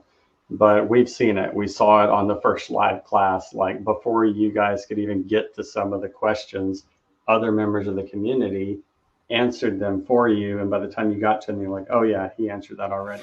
So it's it's just proof there. And it goes back to that crowdsourcing the research. If we have 1,000 people all doing an hour of research every week, that's a lot of research that we can combine together. We can create a really strong community. So, all right, I pinned the URL. It's uncensoredcrypto.com/3x2x, and you can check out all that's included. But that said, let's jump into the analysis. So last week, Tom, you pulled up the Bitcoin chart on TradingView, you pulled up the Cardano chart on TradingView, and you told us, using exactly what you taught about support and resistance levels, you predicted what you thought the price might do. And it was very kind of unassuming, and it was just this is what this is what to watch for. This is where it could head. And these are the reasons why I think so. Well, I kept track of things afterwards. And I was like, oh my gosh, it's you got the crystal ball, right? That's the real secret. No, I'm just kidding. So I thought it'd be really incredibly valuable for everyone who's going to watch this to see your updated analysis and talk about where you think the price action might head in the next few days. And then I'll even say, let's take it one step further, and let's say what are some potential ways to play that or to trade it. Yeah, So absolutely. if you guys are cool with that. Okay. Yeah. Awesome. Love it. So before we jump into the analysis, I will just say, like, because there's a wide spectrum of analysis, right? Especially if a wide variety of skill sets and experience are watching this. So for those who are new to trading, right, this is probably going to feel a little bit more advanced. It's going to feel a little bit more faster because I really want to provide analysis and give you a picture of what's possible when you put in the time to train and kind of see. So I will say, when we're in this, don't get overwhelmed, right? Like, you're going to learn. I'm going to teach all of this more in depth, obviously, than what I'm just going to do. I'm going to teach kind of my perspective and how I go about this, like, in the course. So this is available to you. And even in the course, like, since you have that recording, like, you can go over it multiple times to really make sure you get it. So the analogy that I would give to you before we jump into this analysis is, and if you go on vacation, right, and you have your suitcase and it's like everything's all packed nice and tight, like, that feels really good, right? Like, you can open it, you're excited. And then as you start using clothes, it's like you see your clothes spread all over the floor, right? If you're anything like my wife, that's overwhelming to you, right? Like, that creates chaos in your life. And sometimes it's just easier to pick all the clothes up off the floor, throw it in the suitcase, and shut the suitcase, right? That can kind of reduce the overwhelm. And so I'm using that analogy, like, right now when we're going to start off, like, if it feels pretty good at the beginning, and then as we get in, be like, what did he say? Where's he going? How did he do that? Right? If it becomes like the clothes all over the room, like, give yourself permission to take the clothes, put them in the suitcase, and just close up the suitcase and listen and absorb. Once again, having the perspective of, oh, like, this is possible. I can see, oh, there's logical thought to this. Like, Tom's not just making things up and guessing. Oh, there's a system to this, right? Like, yeah. Like, let that be part of your analysis, right? But I want to really make sure we're adding value and, like, speaking to the fact of what I think is going to happen. So I just want to preface with that. If you're with us right now, wanting the analysis, it is going to lean more towards kind of, I'm going to make it slow, but it's going to lean more towards the advanced. So if you get overwhelmed, remember, don't let your brain say that to be a threat that's not there, right? Let it be an opportunity of, like, oh, like, wow. Yeah. Tom really knows this stuff. Like, there's something to this, so I can learn this, right? I can learn it, right? Don't let your brain create a threat there. So we're going to jump into this. Like I said, it may go a little bit fast, but going back to the mindset, like, don't psych yourself out. Like, this is totally possible. I've just spent years accumulating and growing this skill set, right? If you're an hour and a half into your trading skill set right now, like don't set unrealistic expectations. I remember, Tom. I remember, like, going back, and when you first started training me, I asked the same question like 17 times. Like, I was the irritating, like, slow kid in class that was like, okay, can you explain that again? Like, I this is not making sense, right? Like, So trust me, guys. Like, it doesn't matter where you start as long as you start, right? So like, what he's about to show you, like, trust me. Like, I've been through the same thing. It doesn't matter if you're a beginner all the way to advanced. Like, I've been every number on that scale all the way to being advanced, and I still learn stuff from Tom every single time. And there's still moments that I tell Tom, I'm just like, wait, I think I've been doing that wrong for the past, like, 3 years. like it's just it's one of those things where you got to humble yourself and learn from somebody that knows what you don't, right? So as he shows you this, have an open brain. It's like a parachute, right? The best way for a parachute to work is for it to be open, right? Just like your mindset. The best way for it to work is to have an open mindset towards this. So, Tom, take it away. Let's do some analysis on Bitcoin.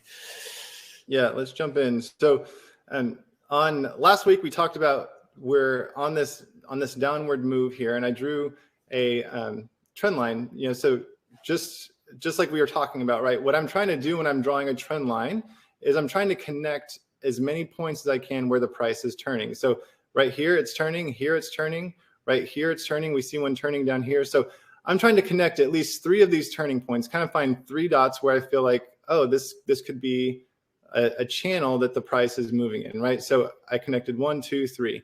We're moving down. And then to create the channel, I want to keep this same angle. So if you're in TradingView, I'm going to click on this three dots here, click clone.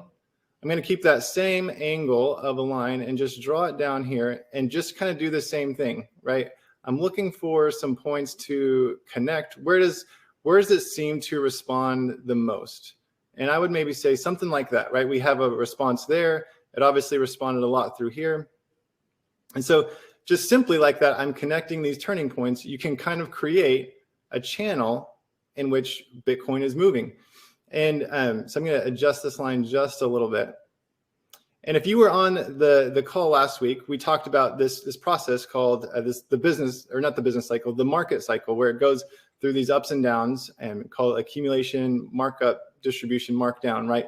And the markdown phase is, you can see it happening here. So we're on the daily chart. Every bar you see here is for the day. So Bitcoin has been trending downward since last November, right? So for the past couple months, it's trending downward. But what I'm noticing here is, you can see this big, I'm going to zoom in a little bit. You see this big wide bar here. This day on January 21st, a big wide range from the open to the close. And you can see down here, lots of volume. So what this is telling me is this big wide range and lots of volume is kind of like where the buyers and sellers are colliding, right? Because again, it's about the people. There are buyers in the market and there are sellers in the market.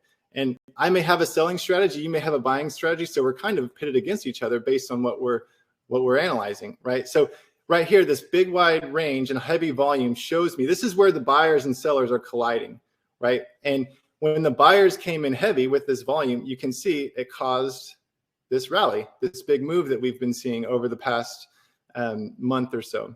And so what I was seeing last week is it kind of, once it does this, it starts trading within a range to kind of decide, is it about to move up or do we have more room to go? You know, you can kind of see that here. Again, you see this wide bar, lots of volume. So right here, it kind of had on the way down, it kind of created a range at which it was trading in. And so this is where we're kind of deciding, as it's moving sideways, are the buyers going to take over control or are the sellers going to continue to push it down? Well, you could see just based on the line, like the buyers never really pushed it up, so it kept pushing it down. So what I'm looking for in my analysis is, okay, we have this collision, which is like a climax of selling. It's coming back up. It stayed within this purple range, right? It stayed within this bar, kind of responded there. So in my analysis, since the market is coming down, I'm going to start with the assumption it's going to want to keep coming down. It's going to have to prove to me that it wants to change direction, right? So my initial analysis, the bias is, hey, it's going to keep trying to come down. And I'm looking for evidence that buyers are coming in, right? So I drew this blue line here or this blue range to kind of say, like, this is where I anticipate it trading, right? The buyers and sellers are basically kind of testing, are we going to go back up or are we going to go back down? Are we going to go back up or are we going to go back down? So in my analysis, it's probably going to be in this range for a little bit, probably for either, I would say maybe a week or so, because what I'm looking for is I want to see evidence, right? And this is how I would start formulating my trade plan.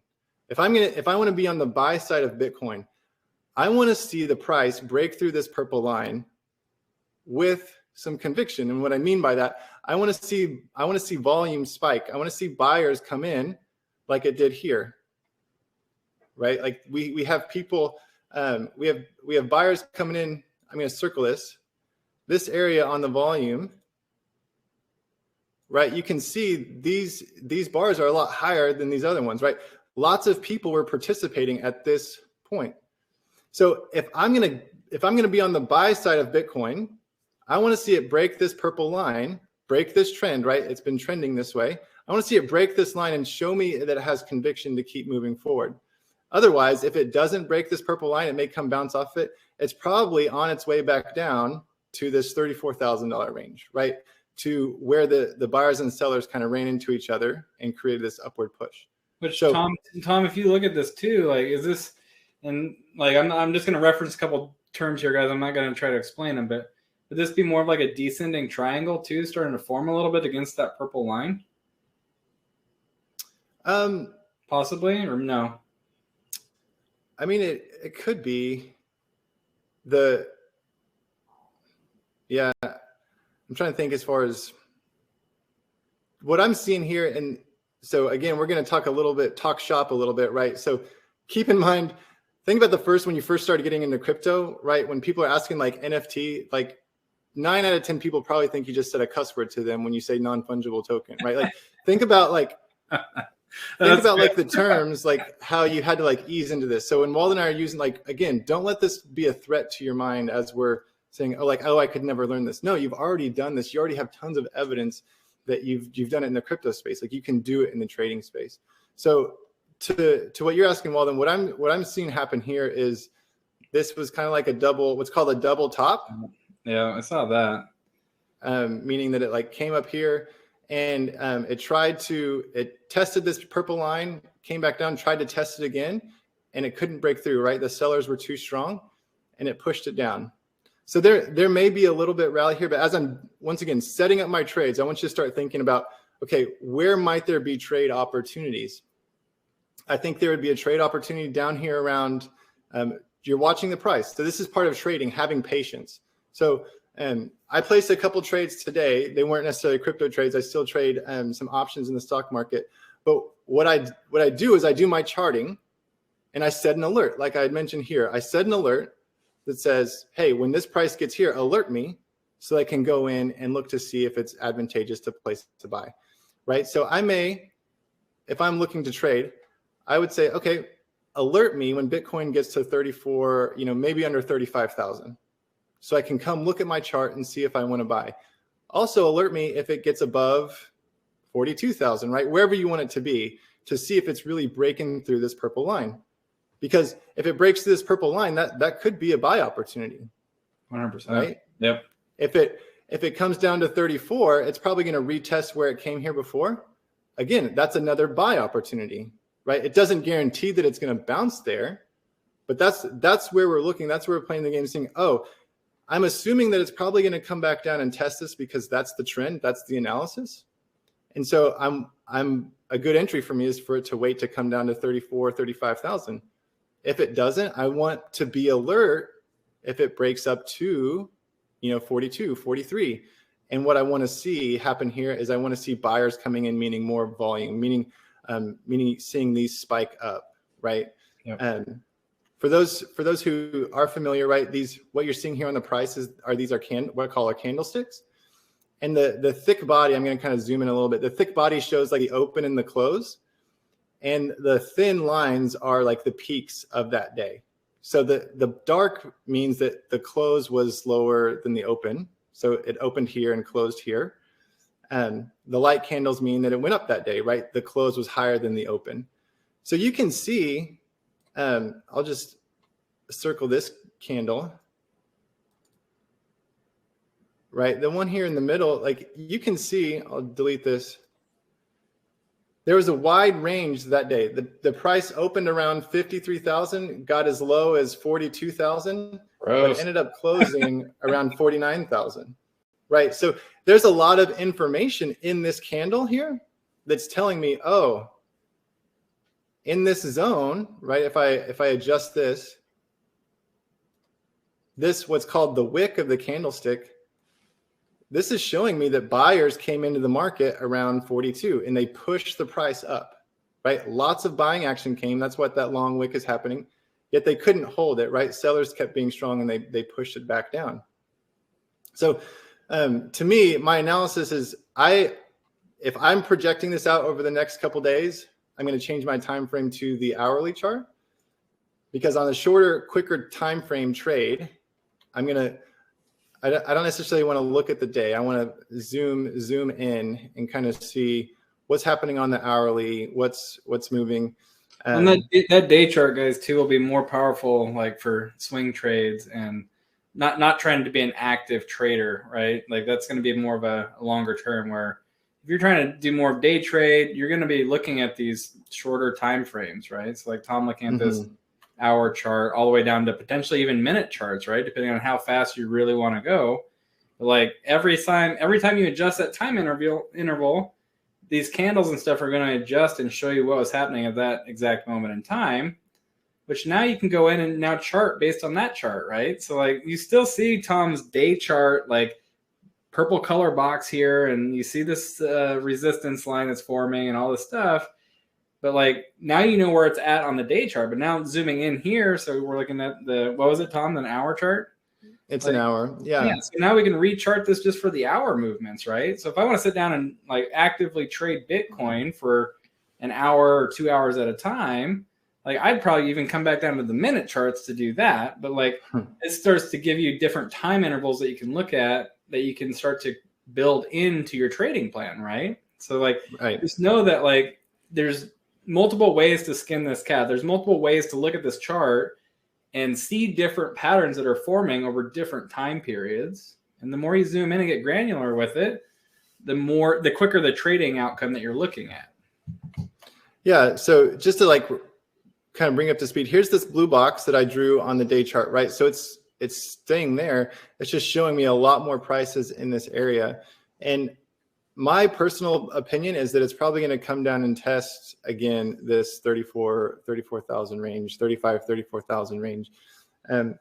Reason being, same type of analysis, right? The price has been coming down.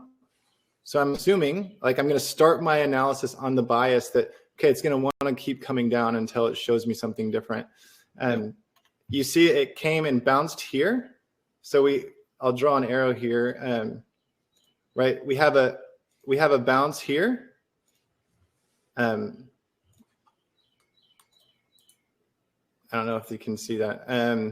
I'll take this. Well, anyway, you can see that bounce here, and look, the buyers could not push it back up above where it came down here again, right? So when you look here and see the price getting pushed down here, lots of volume correlates. So that's telling me sellers were coming in, buyers pushed it back, and then look, if I were to draw this line, draw a vertical line here at the peak of this red line, look what happens. It peaked, volume pushed up, which is pushing it down. So to me, it's looking like the sellers are still in control.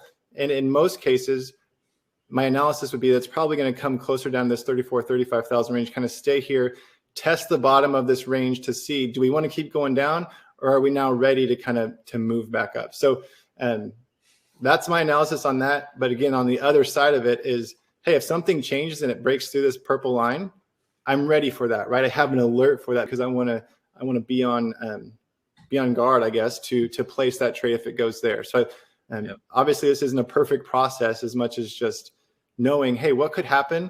What's most likely going to happen? And how do I enter the trade with the highest probability of success that there is? And so for me, it's the highest probability of success is probably going to wait for it to come down to 35,000, or wait for it to actually break this purple line to say, hey, we're changing trend, we're changing direction, right? Because if Bitcoin's going to go back to 60,000, honestly, I don't care if I get in at 45,000 or 50,000, right? That feels good to me. That's a really good, successful trade. I don't have to get in right as it breaks in. So it's, again, kind of a mindset, systematic process. Yeah, just two quick notes on this, and then we'll jump into Cardano. But another thing that I look at when I see something like this is there's multiple days. You think about the history of Bitcoin and the patterns that form on it. Like, and I have alerts on my phone and all this stuff. And I'll wake up in morning, and some mornings it's like, oh, Bitcoin's down 10%, 12%, right? And that happens quite a bit. Whereas like most of the times where it has insane like gains, like it'll say, oh, Bitcoin's up 4%, 5%, whatever, right? But like the thing that's intriguing about your prediction there, Tom, is 10%, 9%, 10%, 11% fail and have it fall down, puts it right there at that line, like 10% of 37,000 puts it right back at 34, right where your bottom of the box is at, which is pretty cool. And then same thing, as it grows through this like purple line going back towards 40,000, that same pattern that I see forming here at that 5% would still, like you take that $3,800 times that, right? And it puts you right back there at that $40,000 mark. So like, I think you're pretty accurate on what you're saying here. And like, just based on what I've seen, like in the last couple of weeks, especially on Bitcoin, like I would agree. And like everybody that's watching, like one of the numbers that you'll hear people talk about a lot on Bitcoin is the humongous long-term support and resistance line at 41,500 or 40,500. Like they got that $1,000 range that happens right there. There's a lot of support and resistance that happens right there. So like that's pretty cool, Tom. I would have to concur on everything you're saying. So yeah, and I want everyone who's still with us, I want you to see again, I'm not thinking in terms of, okay, what are these indicators saying? What does it mean? It's like I've trained myself to think like, okay, like what are the people thinking? The sellers, the buyers, right? There's a game going on. Who's in control? How do I know that? Right? The same way Walden's thinking like, okay, what are the trends telling me? Oh, a company has raised a bunch of money but hasn't deployed the capital. I should have a red flag there. Again, it's so many times our brain tells us, oh, if I just had this silver bullet like indicator, the right one, I could have a perfect trading strategy. And it's like, yes, those can be successful, but like the most consistent trading is going to come from you kind of being like, oh, like what are the people doing behind this, and how do I see that, and how can I be on the right side of those trades? And so again, it's like what I'm seeing here, just simplistically, right? We saw buyers enter right here on this orange arrow, and as it came back up to this area where selling happened previously, I mean, look what happened to the volume, right? The sellers came back in, right? You see this huge increase, and it's pushing it down. So again, off the bias that Bitcoin has been coming down, I anticipate the sellers to remain in control until the buyers show me something. So again, that's my analysis on it. If that was overwhelming, like I said, go ahead and shut the suitcase, right? Just know what's possible. Like don't let your, again, I'm beating it in, but it's like, don't let your brain say, oh, this is a threat, I could never do that. Like, no, you can. And we're going to teach this to you, and we're going to make it accessible for you, that if you're in the course, like you have it for forever, right? Like that you can have access to this. So that's what I'm seeing on Bitcoin. Like I said, I kind of anticipate it to come back down into this range and kind of test the bottom of this blue range that I drew here. Just to me, it looks like it came and tested the top. The sellers are still, they're still in control. And that could change, but over like the next couple of days, and yeah, it's like I wouldn't be surprised if it came down here close to the bottom of this blue range. Super cool. All right, quick analysis on Cardano for everybody that's still on here. This is if you recall, like there's a survey that went out about like what's one, if there's one cryptocurrency that you could have analyzed, what would it be? Throughout the Uncensored Crypto Nation, the one that was the primary focus of a lot of people was Cardano, or ADA as the coin identifier. And same thing that happened last week with Bitcoin. Just like you just saw, looking at the technical analysis and stuff like that, came to fruition, basically. Using just very simple technical analysis, it followed right where it was supposed to be. And I have to throw this out there that, like, I haven't seen any crazy news or speculation or anything that would change the fundamental analysis on Cardano. So, like, when nothing else is really changing in those other analysts that, or basically those other ways that you could analyze something, like technical analysis would probably be your most used fallback method, right? And it's actually probably where you should start no matter what. But sometimes those speculation plays, those fundamental plays, like they move faster because they get hyped up, right? And then you'll come in and chart it and see where it's going. But like with nothing too crazy happening with ADA right now, what Tom's about to show you on here with technical analysis and charting it out, like it's probably going to be our best bet on a way to possibly forecast the price action on ADA. So make sure you finish up with this here. Stay focused for the next 5 minutes or so, and we'll run through Cardano really quick and get wrapped up here.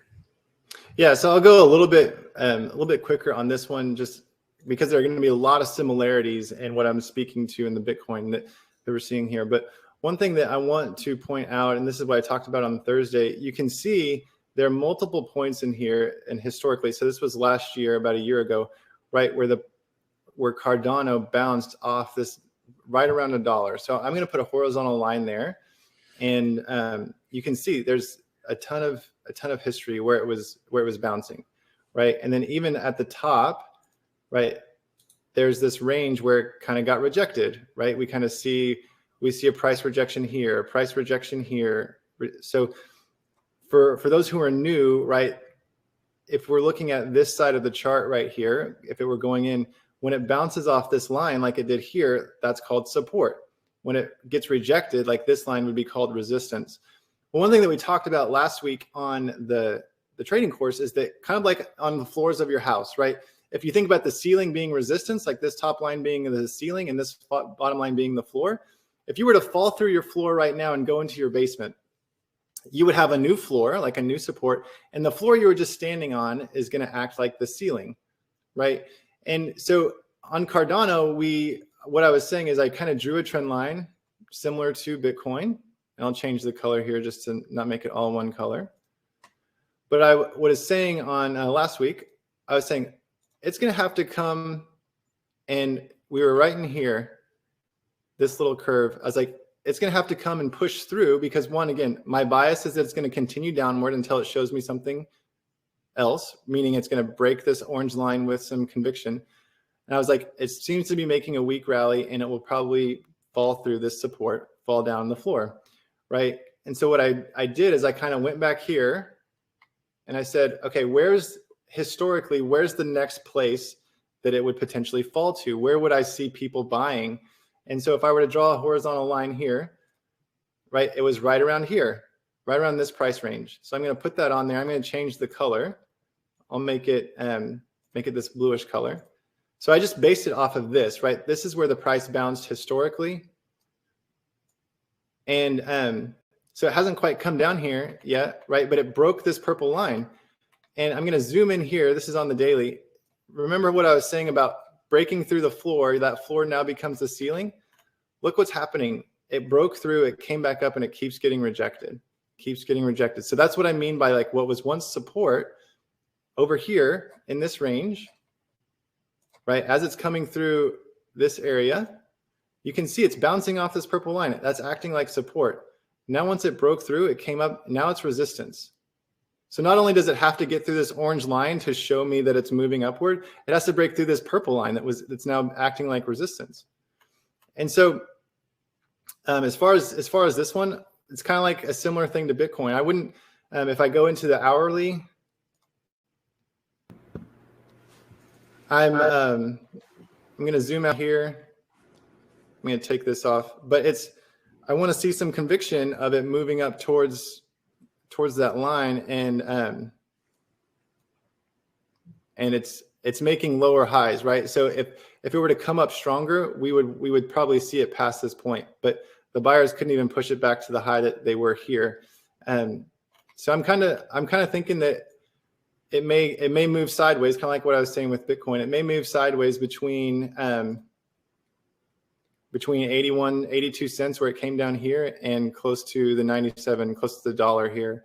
So as far as how would I trade this, similar type of thing that I just said with Bitcoin, I'm probably going to set an alert around here, around 87 cents, 85 cents to kind of see, because this is a potential place that it could bounce, right? We see a history here. Yeah, maybe run sideways a little bit. We see a history here where it did get some support, right? It moved up, it kind of bounced and kept going forward. So I'm looking, set alert around 87 cents. What happens when it gets here, right? If it looks good, or if it bounces and starts moving up and you see the volume uptick here, hey, maybe try to get that gain from 87, 90 cents up to $1 or 98 cents, right? That's a 7%, 8% play, potentially 10% if you're getting in at 90 going up to 99, 97, right? So even just thinking in those terms, okay, the next logical place to buy potentially could be around 90 cents. So I'm going to put an alert on my phone, watch it. If it doesn't have conviction, right? Okay, the next alert that I'm going to have is right here around 81 cents, 82 cents. So you're using your alerts so you don't have to hawk over your phone all the time. But now you have some strategic entry points that it's not just, I'm going to buy and hold it now and getting in at 90 cents and have it come down to 84. It's like, no, I'm going to have some strategic buy points. And if I miss it, that's okay. But I'm now thinking in terms of what's going to happen. So just to be clear on my analysis, I think it's probably going to move sideways between 97 and 81 here for the next couple of days, week or so, unless there's some like news catalyst or something that really pushes it up. But yep, the history of the chart doesn't really show me that it would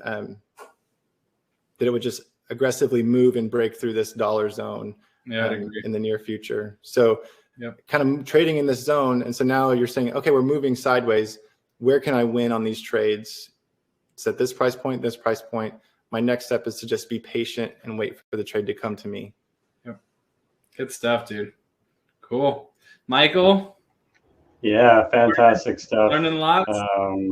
Absolutely. Yeah. I mean, I'm looking forward to the coming Monday where we get to spend, like the whole time going over that and asking questions. Actually, I have a lot of questions, but we're already 2 hours and 5 minutes in. So, that said, why don't you pop that slide up with the URL and the offer on it, and let's just run through it one more time.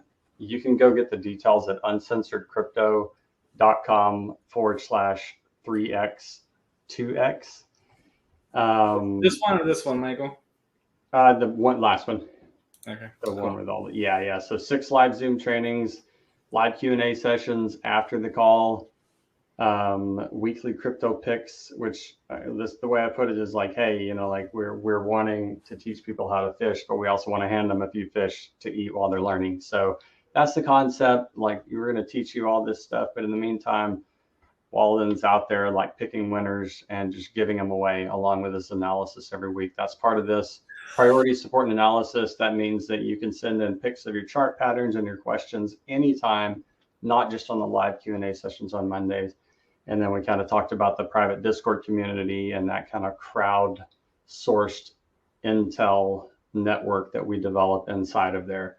So all of those add up to a ton of value. Walden discounted it to basically $21.97 for the weekend. After that, we're gonna, we may open the recordings up for purchase later, but this round of the Crypto Growth Accelerator is going to be closed for new enrollment.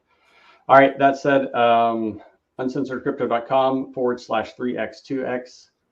Walden, Tom, thank you. The amount of time and energy that you put into, everything we're doing together is just really appreciated. So you guys have a great rest of your day. And to all the viewers, thank you for joining us as well. Have a great rest of your day. Awesome. I'm going to shut us down. Thank you.